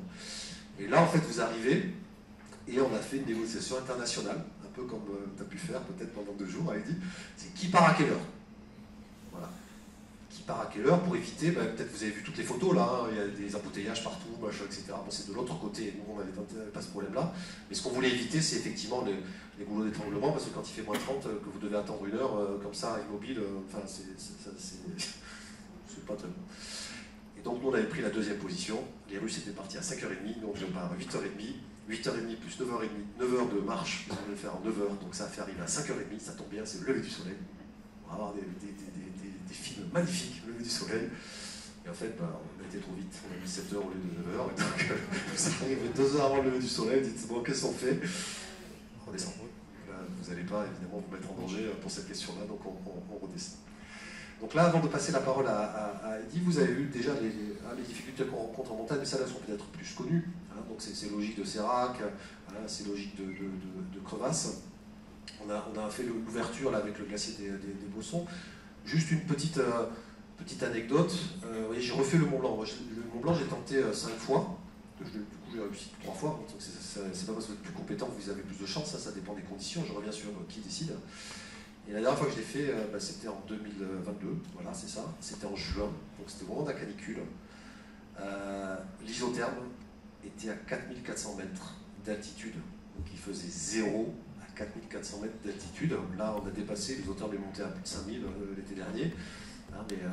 Voilà. Donc là, vous êtes dans des conditions, alors nous ça change sur l'effort physique à faire, puisque vous avez vu que les crampons, sur la glace, hein, ça crisse, ça cramponne bien.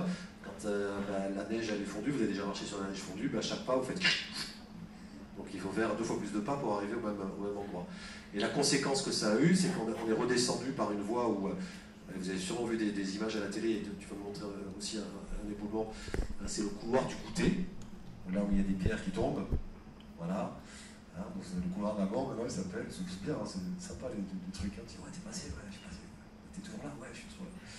Ah, et donc là, comme on devait passer le couloir en plein après-midi, on s'est dit, on n'allait pas réserver au refuge du goûter, justement, on a réussi à trouver 3 places parce qu'on était 3 pour dormir et pour repasser ce passage dangereux, hein, donc à 4-5 heures du matin, le lendemain matin, pour être sûr que les pierres étaient bien collées donc à la glace et pas en train de fondre et d'avoir des avalanches de pierres en fait, en l'occurrence.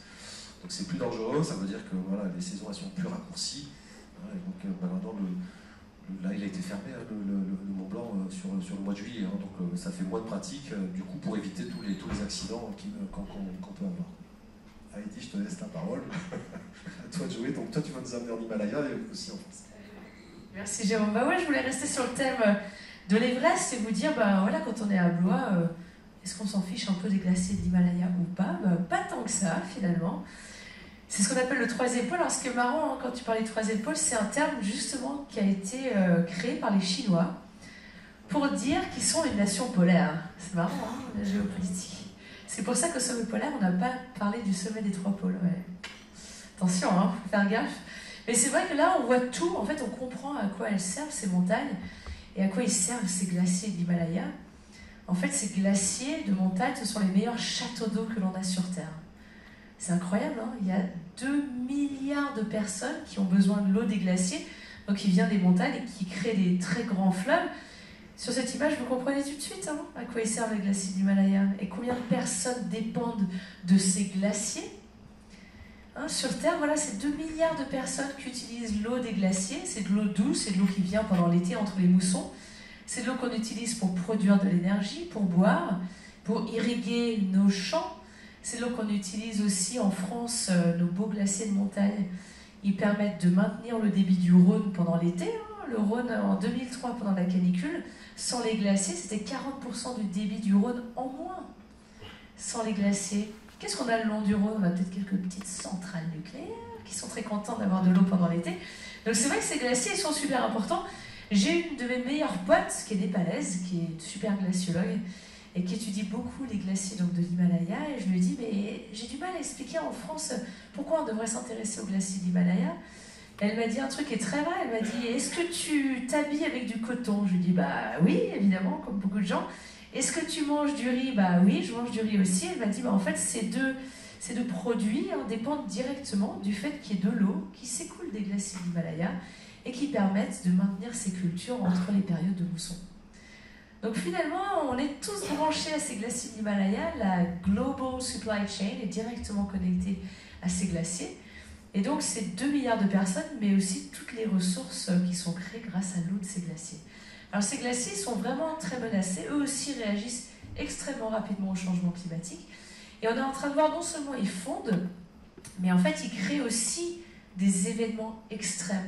Tu l'as évoqué très brièvement, mais plus ces glaciers fondent, plus il va y avoir des lacs qui vont se former juste en aval de ces glaciers. Vous voyez sur l'image de droite, c'est un glacier que j'ai étudié, c'était en 2011, c'est une de mes premières grosses expéditions dans l'Himalaya.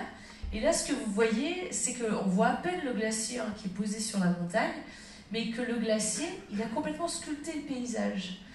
Et ils sont capables de creuser des bassines, ces glaciers, mais quand ils se retirent, ces bassines, elles sont toujours là, sauf qu'elles se remplissent de l'eau de fonte du glacier, et que l'eau du glacier elle est seulement retenue par des tas de cailloux, les tas de cailloux qui ont été déposés par les glaciers, on appelle ça les moraines, Bah, les moraines, c'est un barrage de merde. C'est pas très solide une moraine. Hein.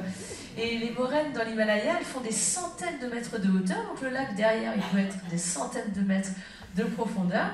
Et au bout d'un moment, ce que l'on observe, c'est que ces moraines, elles vont pas tenir sous le poids du lac. Et que ces moraines se cassent. Et là, vous voyez un exemple. Alors ça s'est déjà produit à cet endroit-là, mais il y a encore un peu d'eau. Mais finalement, la moraine s'est cassée.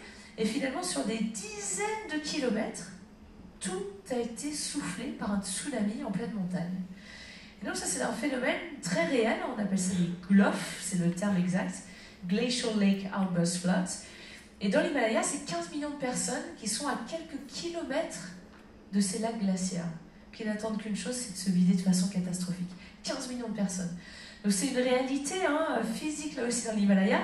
Nous, on essaie d'installer un maximum de systèmes de prévention, de systèmes d'alerte, pour que quand le niveau du lac commence à baisser rapidement, que les populations quelques kilomètres plus loin aient 30 secondes, 1 minute pour sortir de leur maison et essayer d'échapper à un tsunami qui va absolument tout ratisser sur des dizaines de kilomètres. Donc dans l'Himalaya, c'est chaud, c'est compliqué, c'est pour ça qu'Antonio Guterres, le boss de l'ONU, y était il y a quelques jours pour alerter sur le fait que oui, on a encore besoin que les glaciers de l'Himalaya restent là où ils sont et fondent le moins rapidement possible parce que voilà, c'est des dégâts humains très clairs. Mais les dégâts humains, on en a aussi chez nous, qui sont liés aux glaciers. Alors là, je vous montre notre plus grand glacier continental français, qu'on connaît bien avec Kevin, la mer de glace qui est au-dessus de Chamonix. La mer de glace, en fait, elle est en train de faire ça. Donc là, la vidéo est rembobinée, bien sûr. C'est dur parce que maintenant, je vais expliquer ce que c'est que de rembobiner à mes élèves. C'est chiant, Donc ouais, donc la mer de glace, elle est vraiment en train de perdre beaucoup d'épaisseur. Elle a perdu, c'est quoi, 200 mètres d'épaisseur en une centaine d'années, mais les choses sont vraiment en train de s'accélérer. Là, cette année, j'ai eu la chance d'y aller à 2 reprises voir la mer de glace avec des jeunes lycéens d'autour d'Annecy. Et maintenant, pour aller à la surface de la mer de glace, il faut prendre le petit train du Montanvert. Et du petit train du Montanvert, on prend un télécabine qui nous fait descendre. Et du télécabine, on a 520 marches d'escalier maintenant pour atteindre la surface du glacier, ou du moins ce qu'il en reste. Parce qu'il reste seulement 30 mètres d'épaisseur de glace au niveau de la grotte de la mer de glace. Donc, ils n'arrivent plus à l'ouvrir, ça devient trop dangereux maintenant de maintenir la grotte de la mer de glace, tellement que les choses bougent. Donc oui, les glaciers fondent chez nous, les glaciers perdent de l'épaisseur, et aussi les glaciers s'effondrent.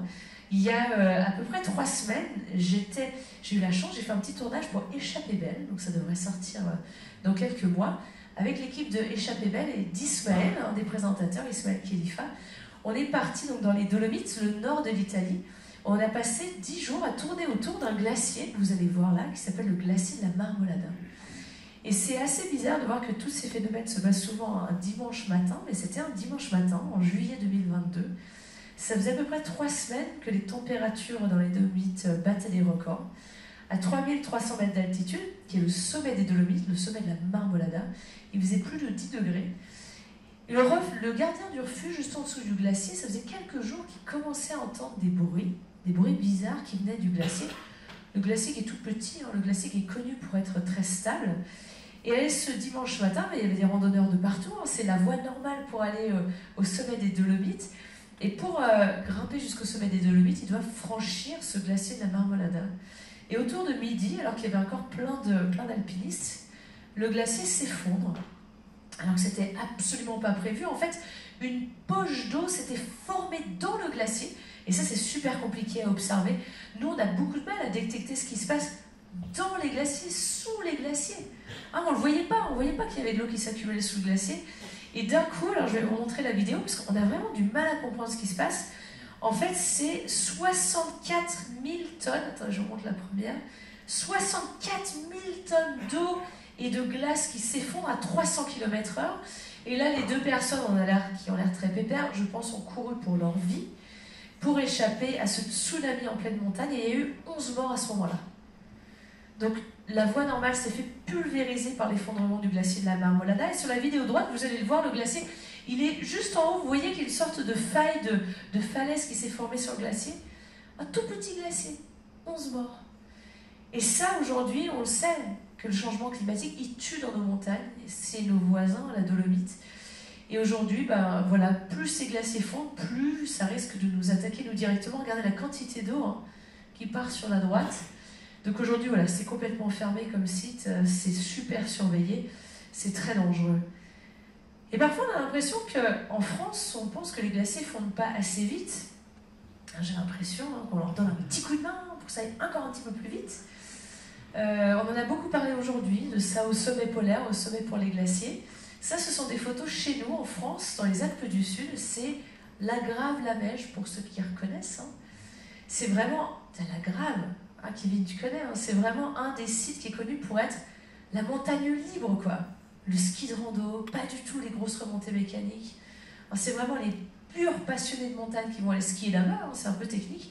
Et bien la Grave, en fait, il y a une petite remontée mécanique qui n'est pas connectée aux autres domaines skiables qui sont beaucoup plus grands. Et donc, il y a des gens qui se sont dit « Ah, mais on gagnerait beaucoup d'argent en connectant ça à d'autres domaines skiables. » Donc là, ils sont en train de bulldozer, en fait, le glacier pour construire un troisième tronçon d'une nouvelle remontée mécanique. Et fort heureusement, les associations environnementales se sont très largement mobilisées pour ça. Donc on peut les remercier, ces associations, parce qu'elles protègent des biens communs, elles protègent aussi nos châteaux d'eau dont on a encore besoin. Même quand on habite à Blois, on a besoin de ces châteaux d'eau pour notre énergie, pour notre santé, pour la santé des écosystèmes. Et je suis très heureuse de dire qu'il y a eu une annonce très positive là-dessus aujourd'hui. C'est que ce glacier qui n'a pas un statut de protection très fort, il a un statut de protection normal, un peu de base, comme tous les glaciers de montagne, donc on peut le bulldozer.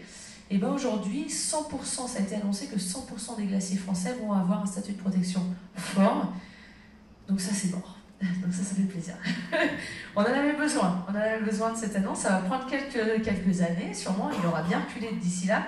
Mais au moins, ce type de bullshit dans nos montagnes, ça ne devrait pas avoir lieu. Donc peut-être qu'ils auront fini de construire le téléphérique d'ici là, mais on ira enlever tout ça après. On verra. Mais aujourd'hui, voilà, avec Jérôme, on a tout fait ce soir pour vous émerveiller sur ces régions polaires, sur ces régions de haute montagne, vous raconter à quoi ça sert, ces calottes polaires, cette banquise, ces glaciers.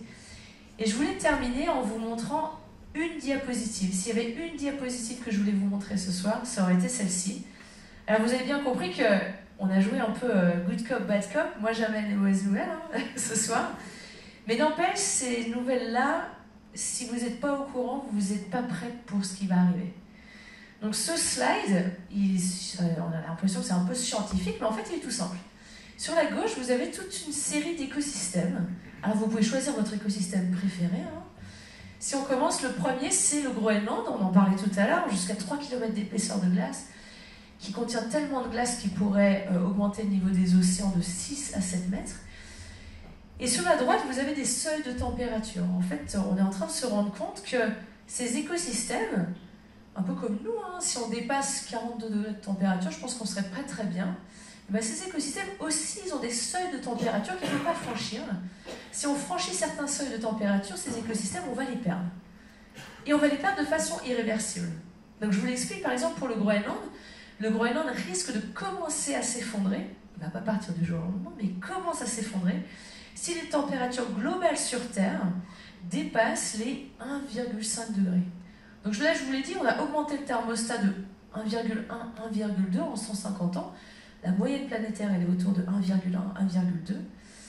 On est en train de courir pour augmenter ça un petit peu plus vite.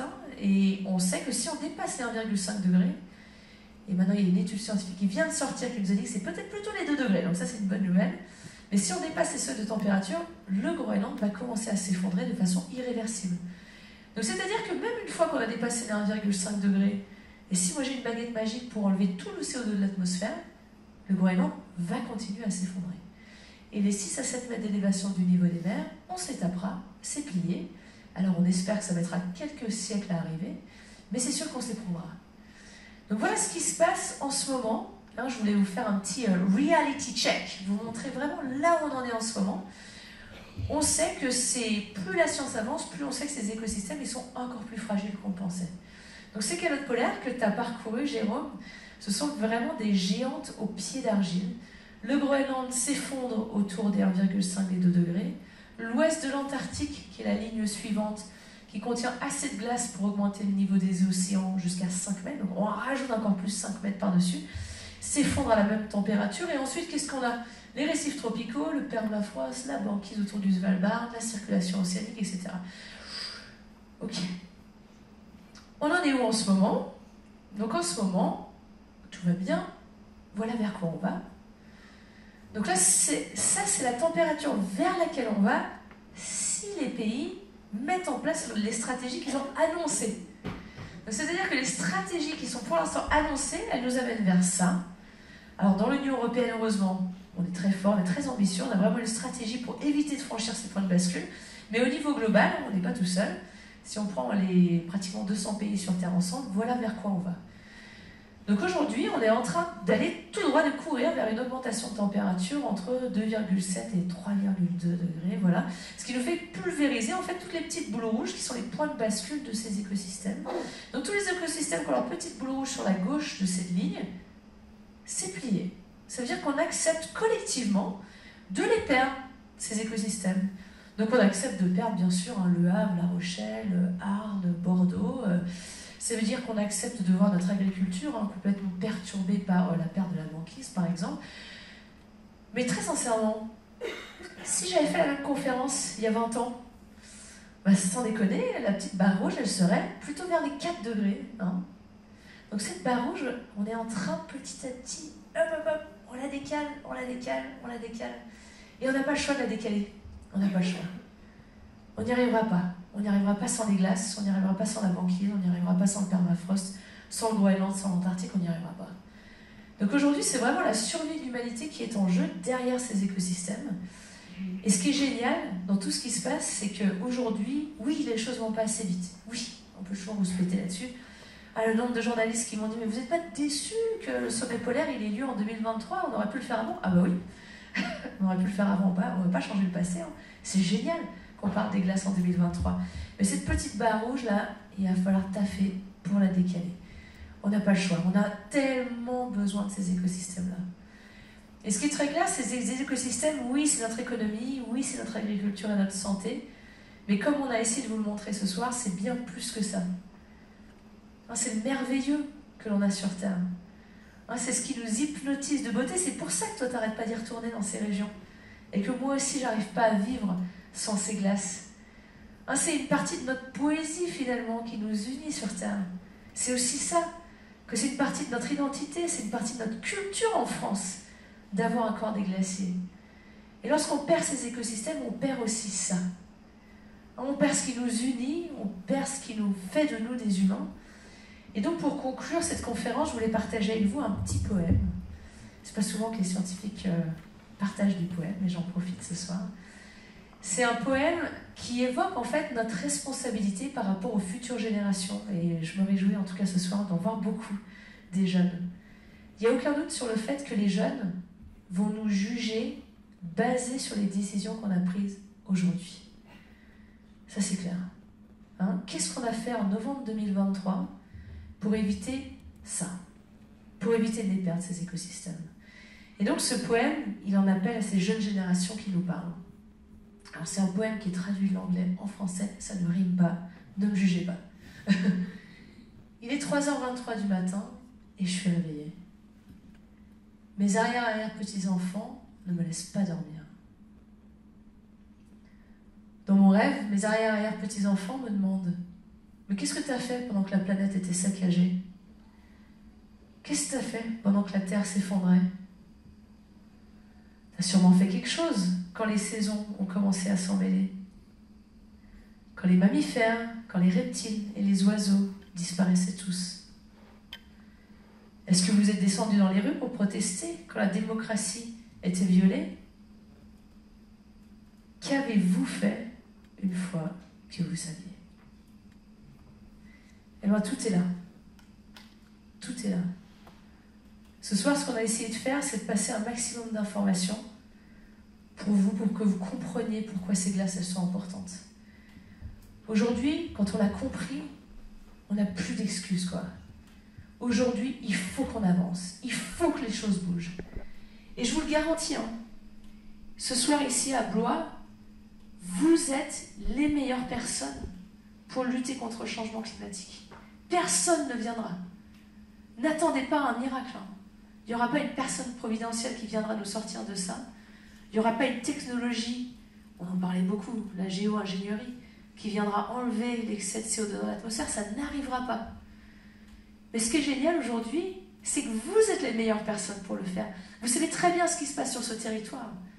Vous êtes conscient des ressources, vous êtes conscient des forces et des faiblesses, vous êtes les personnes les plus légitimes aujourd'hui pour embarquer le mouvement pour lutter contre le changement climatique et la perte du vivant. Et bien aujourd'hui, toutes les solutions, elles sont déjà là. C'est ça qui est fort. On sait que les énergies renouvelables coûtent moins cher que les énergies fossiles aujourd'hui. On sait que c'est bon pour notre santé de préserver ces écosystèmes-là. N'attendez rien, tout est déjà là.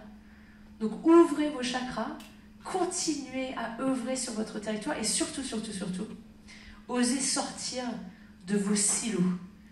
Hein, les élus ne vont pas y arriver tout seuls, ça c'est clair. Il n'y a aucun doute là-dessus. Allez voir votre conseil municipal. Travaillez avec les entreprises. Les entreprises font partie de la solution aussi. Travaillez avec les agriculteurs. Travaillez avec les jeunes et les moins jeunes. Et continuez à vous motiver comme ça. Parce qu'aujourd'hui, on n'y arrivera pas sans vous. On n'y arrivera pas sans chacune de ces parties prenantes de cette communauté. Donc j'espère qu'on va pouvoir compter sur vous. Parce que de Blois à chez moi, à chez toi, jusqu'aux régions polaires, aux régions de l'Himalaya, c'est vraiment comme ça qu'on y arrivera. Le changement climatique, il sera local ou il ne sera pas. Ces actions, elles sont soit ici, soit elles ne se diffuseront pas. Donc je vous le dis ce soir, et je vous remercie d'avoir été ici avec nous, que la lutte contre le changement climatique, elle commence ici, et on espère pouvoir compter sur vous. Merci beaucoup.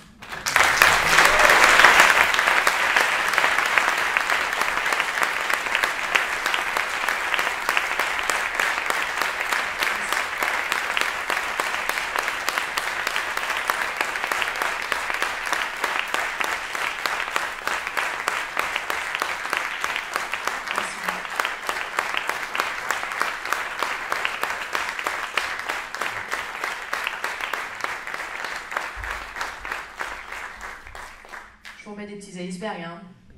On a besoin d'en voir. Aurélie, je te passe le micro. Et je vais repasser le micro. Alors, 20h49, je vais faire la maîtresse du temps. On va prendre 2-3 questions. Et après, la soirée n'est pas finie. Vous avez un cocktail qui est offert. Et puis, Heidi et Jérôme restent aussi avec nous. Donc, vous aurez l'occasion aussi d'échanger avec eux. Oui, et je le dirai après. Donc voilà, on va prendre 2 ou 3 questions maximum. Voilà, j'ai une personne là. Alors, soit je vais jusqu'à vous, mais alors je vais faire un peu de sport. Parce qu'on a des problèmes de micro.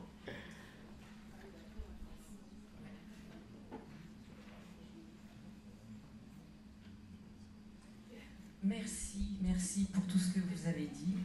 Je trouve que c'est très émouvant. Ça fait très longtemps que je m'inquiète pour le climat, que je m'inquiète pour les enfants. Je fais partie du CAC 41, le collectif Action Climat 41. On est une toute petite poignée de gens à organiser des marches pour le climat. La COP 28 arrive. J'ai eu connaissance la semaine dernière d'un mouvement européen, réseau européen, grands-parents pour le climat. Parce que dans les marches, il n'y a pas beaucoup de grands-parents qui viennent. J'ai contacté, on a en région à Tours un délégué régional de grands-parents pour le climat. Je l'ai contacté. Et donc, on a décidé, puisque ce réseau européen organise, pendant la COP, le 3 décembre, une marche à Bruxelles. On a décidé, nous, le CAC 41, d'organiser une marche à Blois. Alors, je voudrais que tous ces gens-là viennent à cette marche. Ce sera donc le dimanche 3 décembre, c'est à 15h, avec un départ à la place Lorjou. On veut associer les quartiers nord de la ville de Blois, parce que tout le monde est concerné.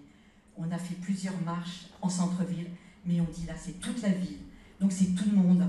Donc on vous attend tous, le dimanche 3 décembre à 15h, place Lorjou, pour une marche en direction de la place de la Résistance.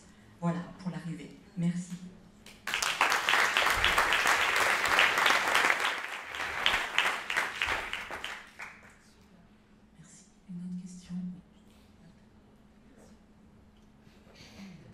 c'est toujours au milieu.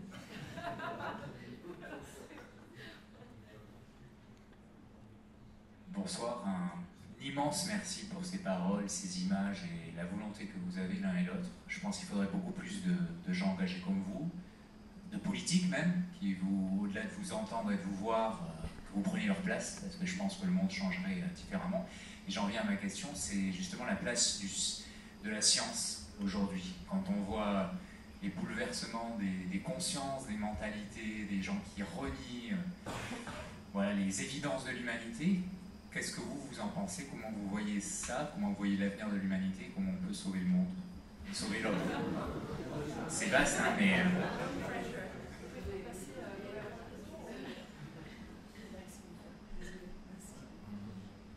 Merci beaucoup pour votre question. Et en tout cas, le 3 décembre, 15h, hein, je ne vous ai pas vu le noter dans vos calendriers, donc je vous donne 5 secondes pour le faire. C'est bon? Ok. Merci. Hein.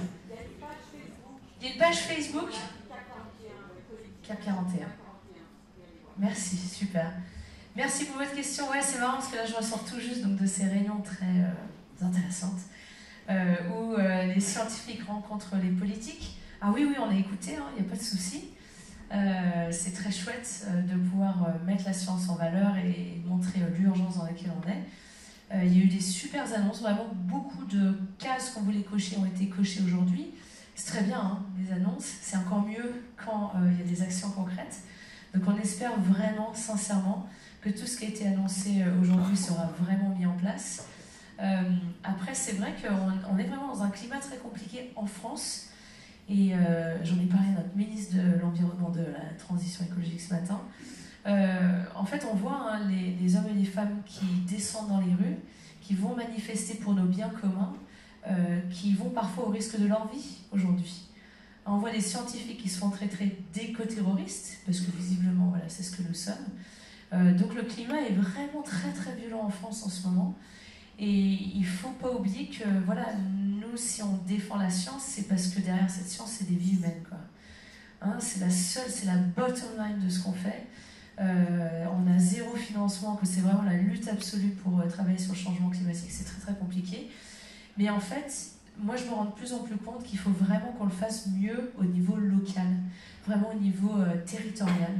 Donc c'est-à-dire qu'il faut vraiment qu'il y ait des GIEC, et ça se passe dans pas mal de régions, des GIEC très territoriaux, pour que par exemple, voilà, le conseil municipal de Blois, qui est déjà au courant de tous ces sujets, mais comprenne à Blois, dans 10 ans, dans 5 ans, voilà ce qui va se passer si on n'agit pas, et qu'ils comprennent surtout qu'aujourd'hui, investir, allez, on va dire 100 millions dans le changement climatique, ça va permettre de sauver 100 milliards dans l'avenir, il n'y a aucun doute là-dessus. On sait que le coût de l'inaction, le coût de ne rien faire est terrible par rapport au coût d'investissement aujourd'hui dans le changement climatique. Donc il faut que les scientifiques comme moi, on soit beaucoup plus efficaces à l'échelle des territoires, mais il faut que vous aussi, toutes les observations que vous faites, n'hésitez pas à aller les partager au niveau local. Je suis vraiment convaincue que ça va se passer à cette échelle. Après, on est en train de préparer quand même la COP28. Moi, j'y serai les 15 jours. Oui, ça va être chaud. Ça va être très chaud. Mais bon, au moins tout le monde sera là, on les chope, on essaiera de faire bouger les choses, mais c'est vraiment au niveau local que ça va changer. Merci. Il y aura la clé,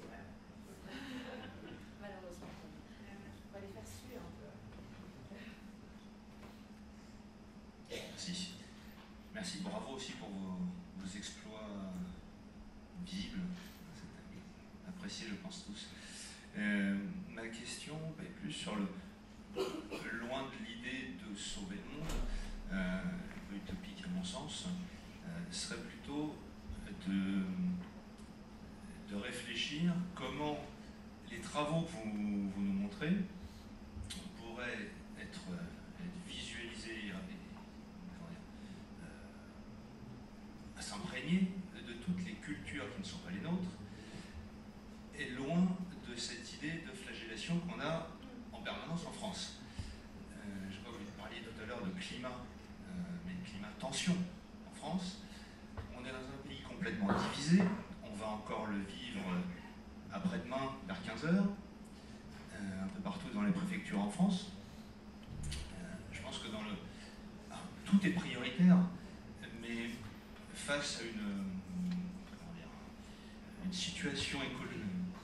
géologique qui fait que depuis 20 000 ans, l'ère glaciaire est terminée.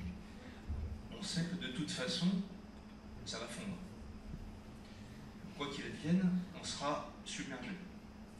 Plus ou moins tard, mais donc on ne va pas sauver la France aujourd'hui. On peut peut-être prolonger la vie de la planète plus longuement, et en faisant que les autres civilisations, les autres cultures prennent conscience de ça. On se flagelle au quotidien en France. Est-ce que vous pouvez contribuer avec ces travaux à sensibiliser les politiques, à l'exporter et à faire que, un peu comme on voit Jean Covici qui fait ce genre de choses avec le Shift Project sur le CO2, essayer de convaincre l'Assemblée, de diffuser cette parole, plutôt que de la laisser franco-française. Merci. Merci pour votre question. Et c'est là, je pense aussi, où le rôle des aventuriers et des explorateurs est vraiment clé. Moi, je le vois vraiment comme ça. Il y a différentes façons de raconter ces paysages. Et tu fais vraiment très bien. C'est d'une chose de balancer des chiffres, hein, sans le faire, hein, au niveau du Conseil de l'Arctique, au niveau du GIEC. C'est complètement autre chose de faire ressentir ces paysages. Et ça, sans déconner, c'est super important. Il faut vraiment... En fait, ouais, moi je voudrais tous les emmener avec Jérôme au pôle Nord, au pôle Sud, sur les glaciers qui se prennent ces paysages-là en pleine face. Et ça, on sait que pour eux, le ressenti peut tout changer. Et donc, on a vraiment besoin encore plus d'utiliser ces émotions en fait, pour parler de ces sujets-là. C'est pour ça que je vous montre un poème à la fin. C'est pas pour montrer un poème. C'est pour vraiment essayer de ressentir le changement climatique dans son cœur. Et c'est clair qu'on est sur tous les fronts. Moi, je rencontre des élus quotidiennement, pratiquement, que ce soit en France ou à l'étranger. Je ne suis pas toute seule, heureusement, on est très nombreux à le faire. En France, on est en train de former 30 000 hauts fonctionnaires à ces sujets. C'est très compliqué à mettre en place, mais là, on est en train d'essayer de le faire. Mais je suis curieuse de ton point de vue, Jérôme, parce que aujourd'hui, on sait qu'on n'y arrive pas, nous, les scientifiques. Je vais être très claire, hein. On n'y arrive pas. Voilà, on a 30 ans des rapports du GIEC. Donc, qu'est-ce qu'on peut faire et est-ce que les explorateurs peuvent nous donner un petit coup de main?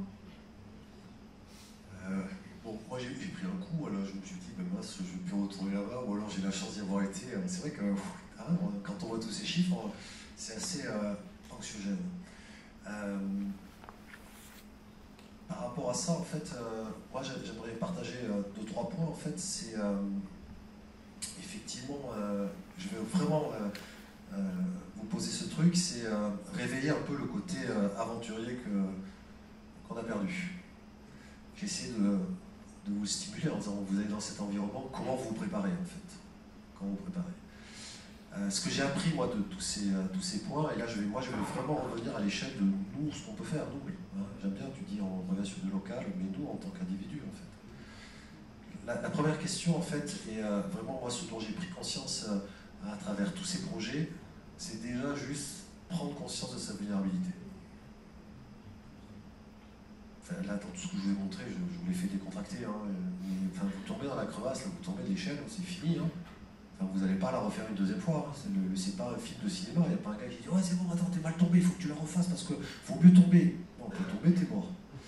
Hein, donc là, moi j'aime bien le discours finalement d'Heidi. On prend conscience de notre vulnérabilité. C'est-à-dire qu'aujourd'hui, on a construit des systèmes qui nous abritent de tout et qui nous assurent de tout.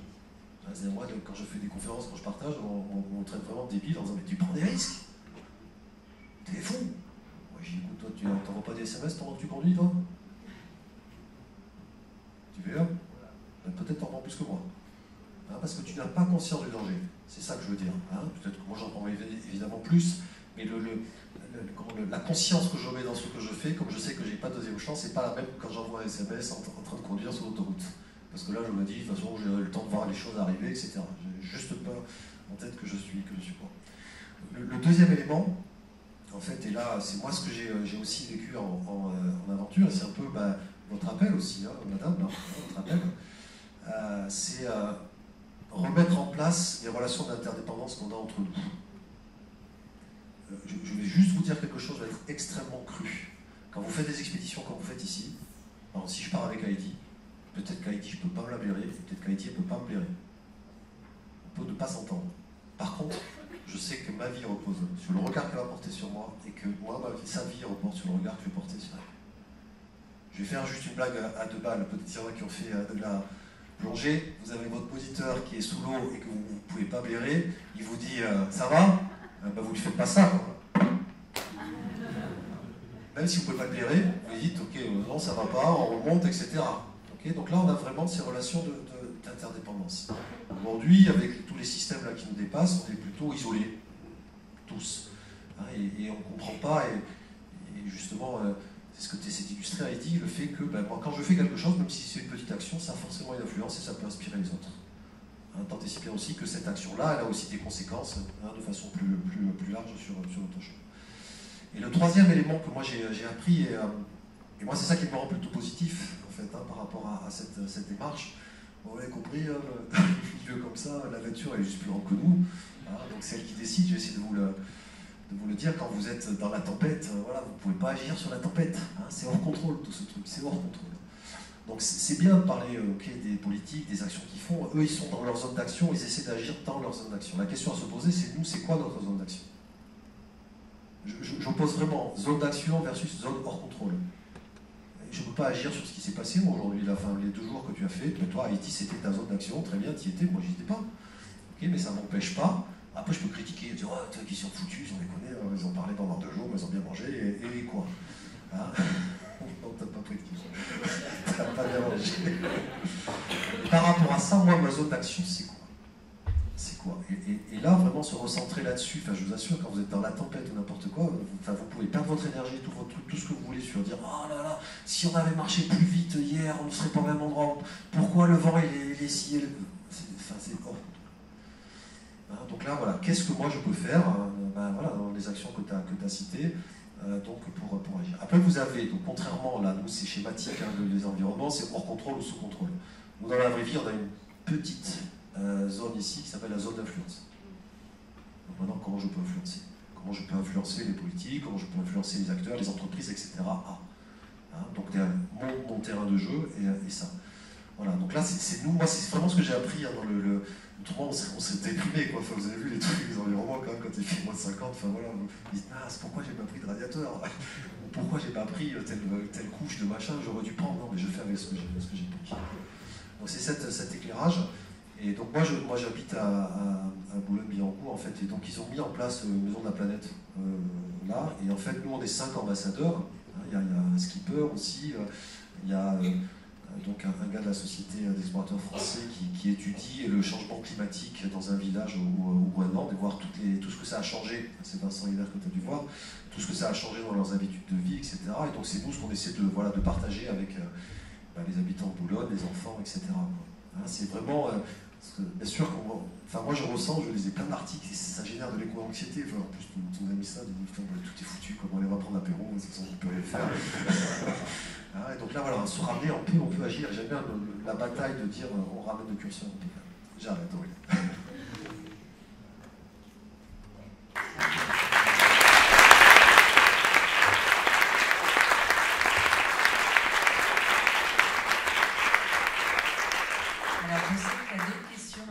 Je suis désolée, mais nous continuons cette soirée. Alors, première chose, vous retrouverez la librairie Labbé. Je suis désolée, juste, il est...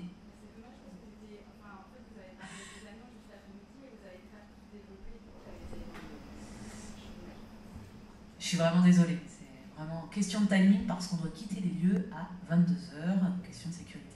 Donc, je vous invite à 2 choses. Vous avez la librairie Labbé, célèbre librairie de Blois qui est ici. Et donc, si vous êtes intéressé, vous pouvez évidemment tout à fait aller les voir. Ils ont un petit kiosque, j'allais dire. Mais en tout cas, voilà, vous retrouverez les livres d'Heidi et puis de Jérôme. Et il y a un cocktail qui vous est offert. Je vous invite à rester pour continuer à échanger tous ensemble. Et avec Heidi et Jérôme, qui seront, je pense, très sollicités. On les remercie, on a nous-mêmes des petits cadeaux. Voilà, j'ai mon assistant cadeau, c'est bien. Hop. Voilà, des produits du terroir, des terroirs, voilà, on pense local.